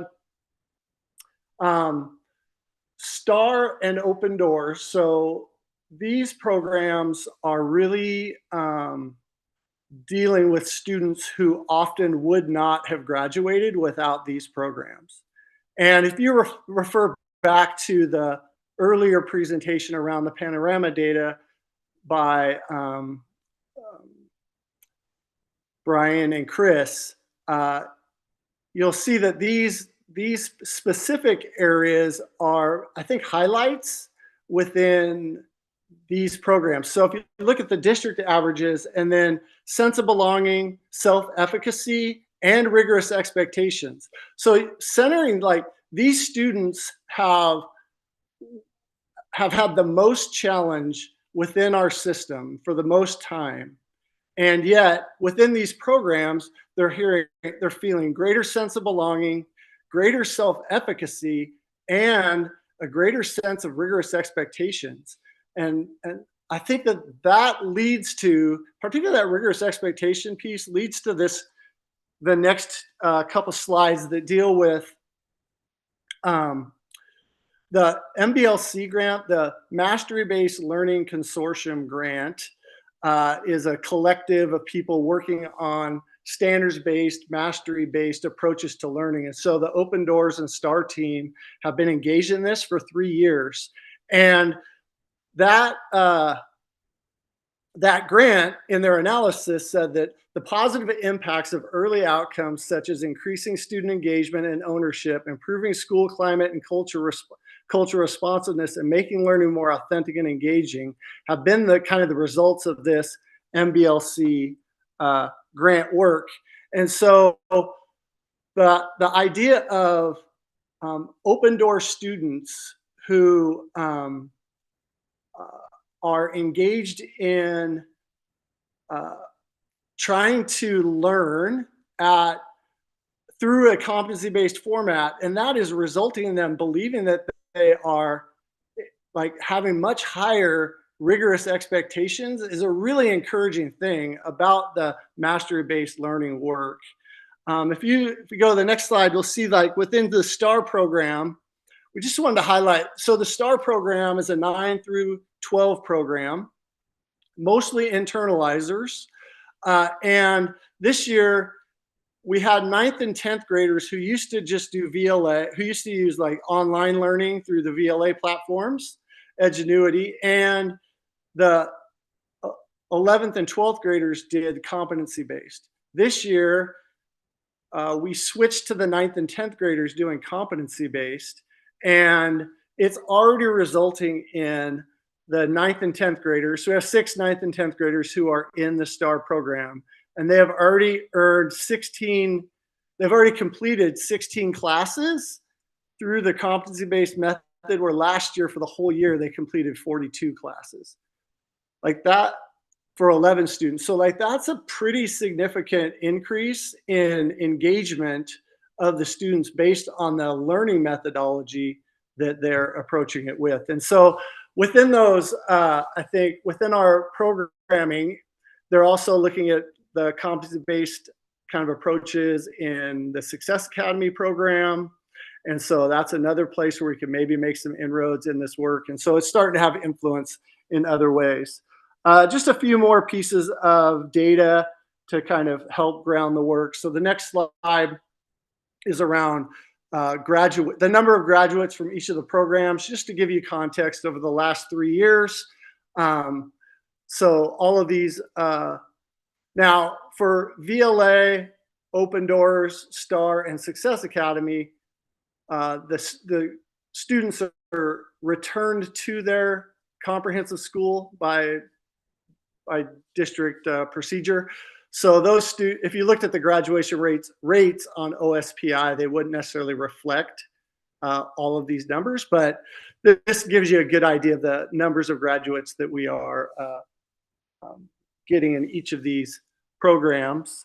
The next slide shows the number of HOPE students. Just for the first 2 months of this year, Open Doors and Success Academy will start to see a continued rise of the numbers of students who are HOPE in McKinney-Vento. VLA is increasing, had a significant increase from September to October, but I think that this information of HOPE students finding their way to the tailored learning options also is reflective of earlier conversations around HOPE students and maybe how that was reflected in discipline or attendance issues that maybe exist. And then the final data slide we have just outlines the different like attendance, discipline, and SBAC results. And I feel I just wanted to highlight the attendance pieces are the number of students with 90% or more attendance, right? And I think that part of the reason students come more is that we meet their needs better in terms of their, what's happening in the programs. Discipline also, I think that's pretty significant. The how low the discipline is in those programs. Many of those students, particularly like Success Academy, came with a lot of externalizing behaviors, and the programming themselves kind of help to support students in much different ways, which probably leads to also like the increase in sense of belonging and the other pieces that we get from that. So the last piece that we'll just emphasize on the last slide here is, there are space and spots for what needs exist moving into the future. So there are physical space limitations to expansion. So for instance, Success Academy is currently at the Boys and Girls Club space, and we're constrained in terms of the number of students we can serve within that program. STAR and Open Doors also have some need for expansion. And then the last piece is just like proactive funding for some of these programs, particularly like STAR, which currently only have 30 spots. And when we fund on the backside of, well, if we get the numbers, then you really have some challenges with aligning the quality of teacher needed for some of the programming, and also the training required to be able to serve the students who are in some of the programs like STAR, Success Academy, and Open Doors. So anyways, that gives you a good feel for kind of the data side of the extension to the last conversation we had. And now we'll take any questions you might have or things you wanted to do. I think there is one more slide that isn't in the deck, that isn't in the shown part of the deck, but a lot of like deeper data pieces if you want to like look at those. We added a few more today too to help with that. So.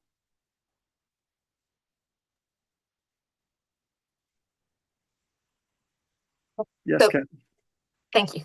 I appreciate the extension on the long, but yet not long enough conversation we had in October. I think this conversation, particularly about the students that need something different, it can go as long as each student, every student needs something different, right? And so we could go on and on and on indefinitely. But I appreciate this, and I also appreciate the knowledge that because we have limitations, we now need to start making decisions on, so we have these needs, how are we going to use our limited space and our limited money and our limited resources to best serve as many students as we can that need something different. So it's a hard conversation to have, but I appreciate all of this information helps make that conversation. Thank you. You're welcome. Yeah, Wendy? I have a couple of questions, but also I want to kind of I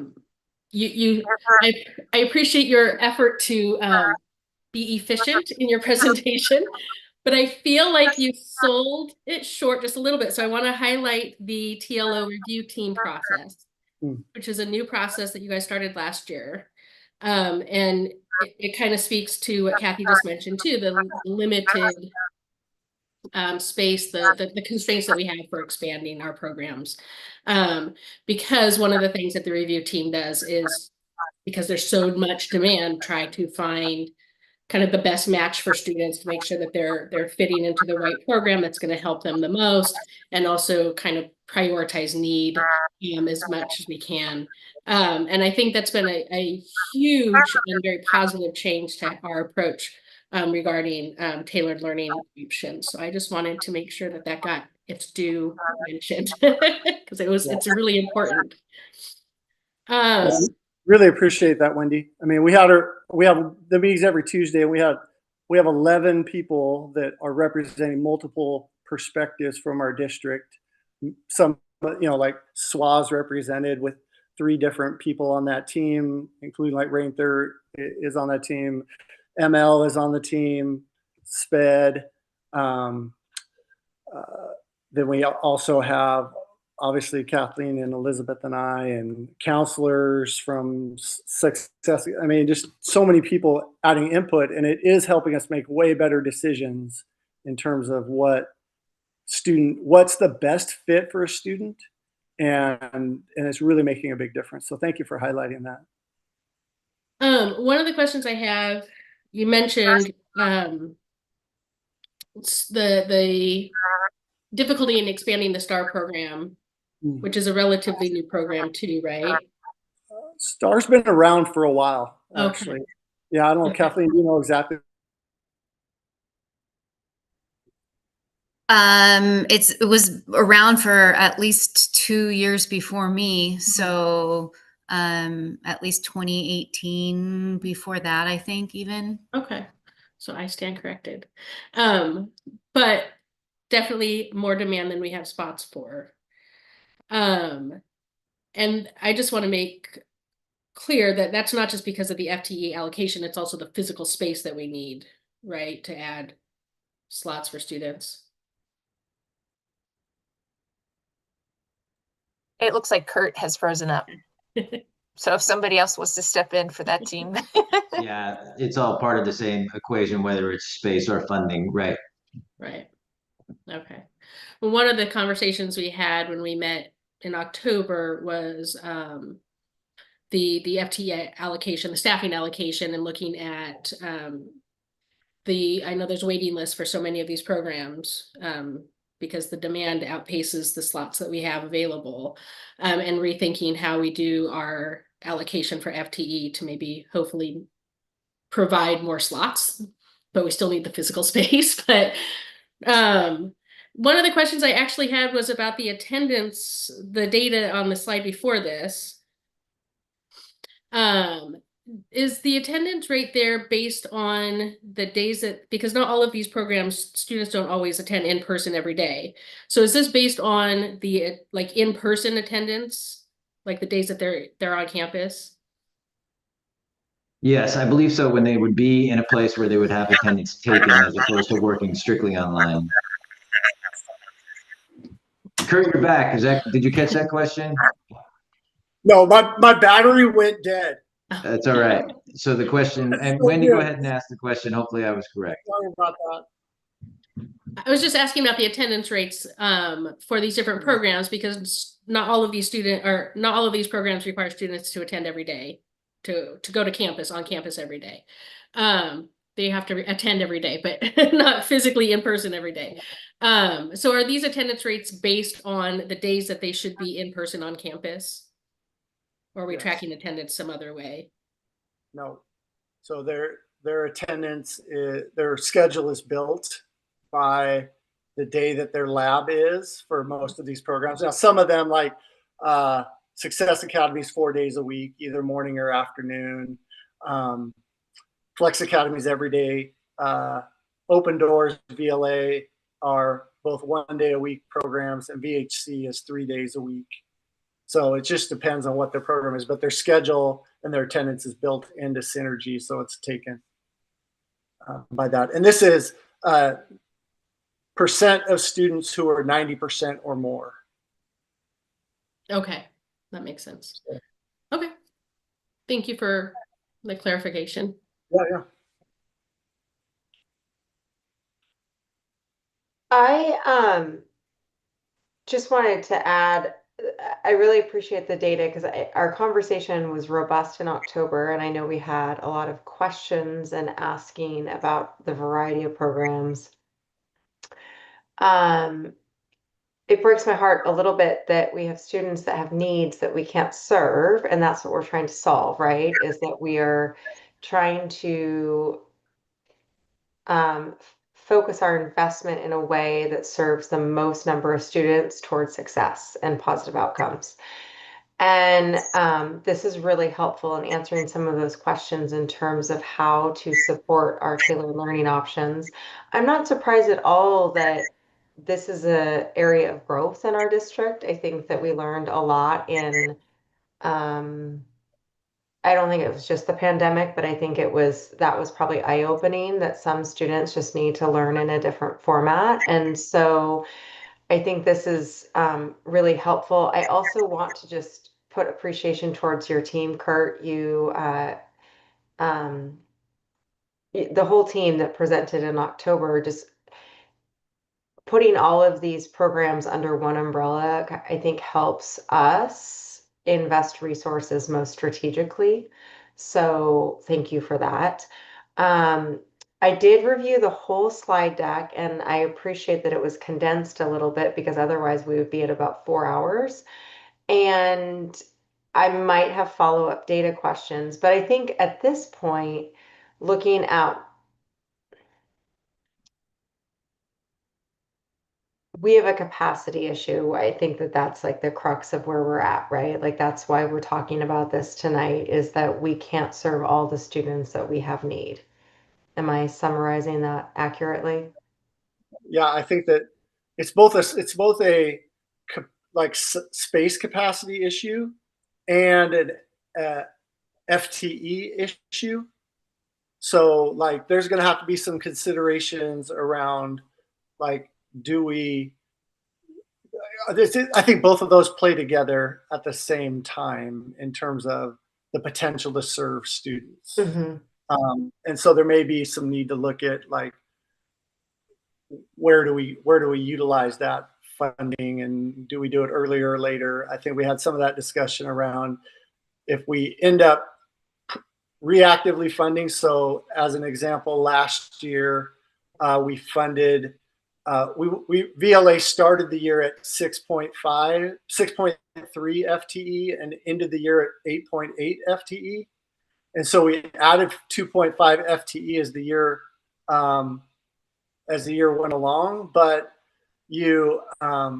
those students are now double counted in our district. Okay. Because we're still going to fund that kid's spot at whatever school they were at, even though they're not there anymore. That makes sense. That's so right. If we funded them at the spring end of it, those kids would have been redistributed and not double counted. Like those are the kinds of considerations I think the board has to work with, the finance department and all that kind of stuff around, how do you win and how do you meet the need, and trying to use some historical data to say, here's where we think we will be and what we could do with students. Yeah. Just to clarify, when you say double counted, you don't mean we get double funding from the state. As a matter of fact, it's just, it means that the funding went to one school and now we need it at another school, but that funding has to stay there. So now we have to use more money to fund these students because they're in a different building, but the funding isn't going to go with them because you can't do that in the middle of the year in a building. Yeah, it's really challenging to do that. Yes. And I think that's part of it, is that a lot of our students need to make these transitions mid-year, right? Like they find themselves needing to find other pathways to find success. Well, Elizabeth, Kurt, and Kathleen, I promise you I'm going to have follow-up questions, and I apologize. I don't want to extend, but you gave us data, and now I want a little bit more data. But I think supporting these new pathways for students to help breed success into our students that maybe aren't going to find themselves content or successful in a comprehensive building. I think that's something we want to invest in, but do so strategically and responsibly with district resources. Yeah, let me just give you one last thing in terms of like an example with STAR and Success Academy. So you talked about how kids in the middle of the year are going to surface themselves out. I do believe that if we were to say we wanted to expand STAR by 1 or 2 classrooms or expand Success Academy, we would be able to go to schools and say, here are the criterion of the student who would be successful in this program. Let us proactively seek out those kids before they have issues. Or we know the idea of let's just wait till October and wait till something bad happens, like that's kind of the scenarios we've been in. And the more we could get ahead of that, the maybe better it would be. Elizabeth, you had something you wanted to add? Well, I was going to say what you said, and I just want to make sure the board understands that there's also students who are high achieving students that would choose to do open doors if they had the option, because they want to pursue careers, they want to start doing college early, want to take more foreign language, they want to study abroad, like all those things, but they don't have the opportunity because there isn't capacity. So it's not just the students who've been marginalized and struggling, but there's also students that choose that path because the traditional system's not working for them. So I just wanted to plant that seed as well, because I think sometimes those students get missed in conversations.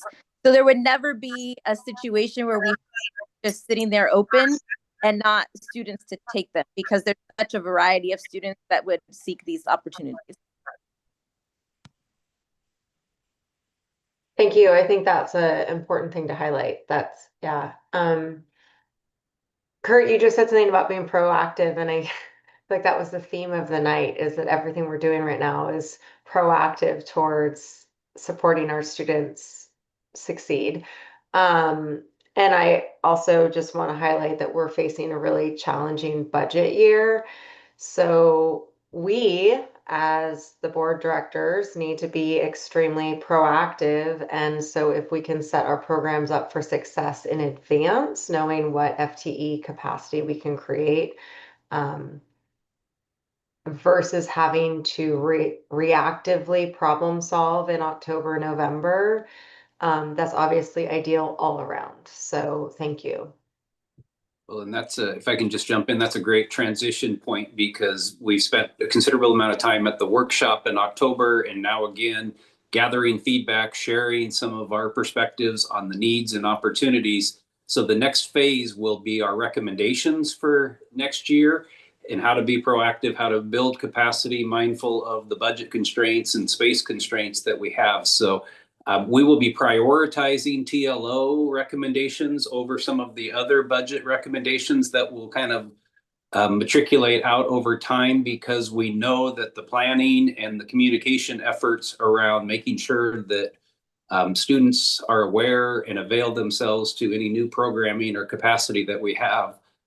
So anyway, just be prepared for the next phase, which will be recommendations to achieve some of the outcomes we've been talking about.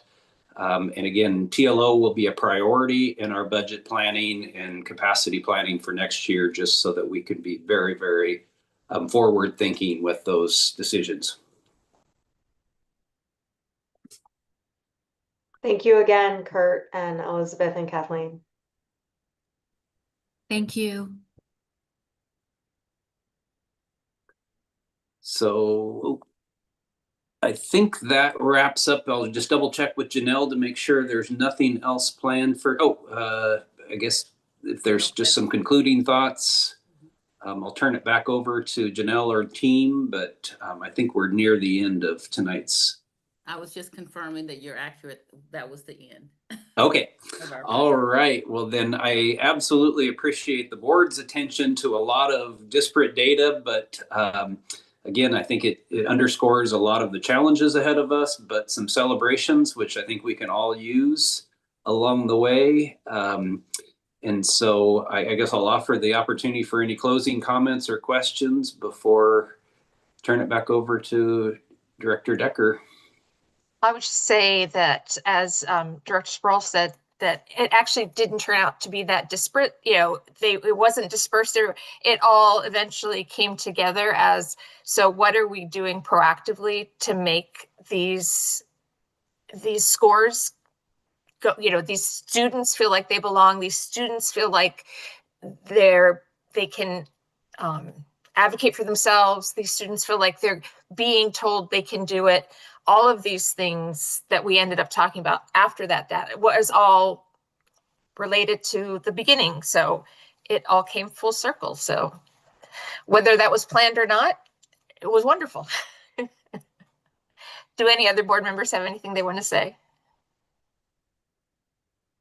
I just want to take the opportunity to express my appreciation for all of the staff that presented tonight. Like, I am leaving, it's been a long meeting, but I am leaving it just incredibly just filled with a lot of gratitude for all of the amazing work that everybody's doing. And the topics that we've kind of dug into tonight, you know, creating that sense of belonging, discipline, engaging our Chukis, students and families, middle school, like these are some of our most challenging areas of the work that we do, and just the amount of heart that people are bringing to the work, the love that they have for their for the work and for the students and for our school communities. It's been amazing to hear everybody, and I'm just so grateful that we seem to have a lot of the right people in the right place doing the right work, and that was repeatedly seen throughout the meeting tonight. So just wanted to say thank you to everybody.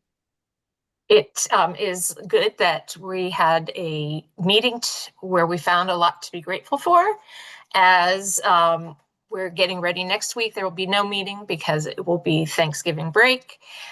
So everybody, I hope you all have a wonderful holiday and have a lot to be thankful for. And I appreciate everybody. So I will now adjourn the meeting. Thank you very much.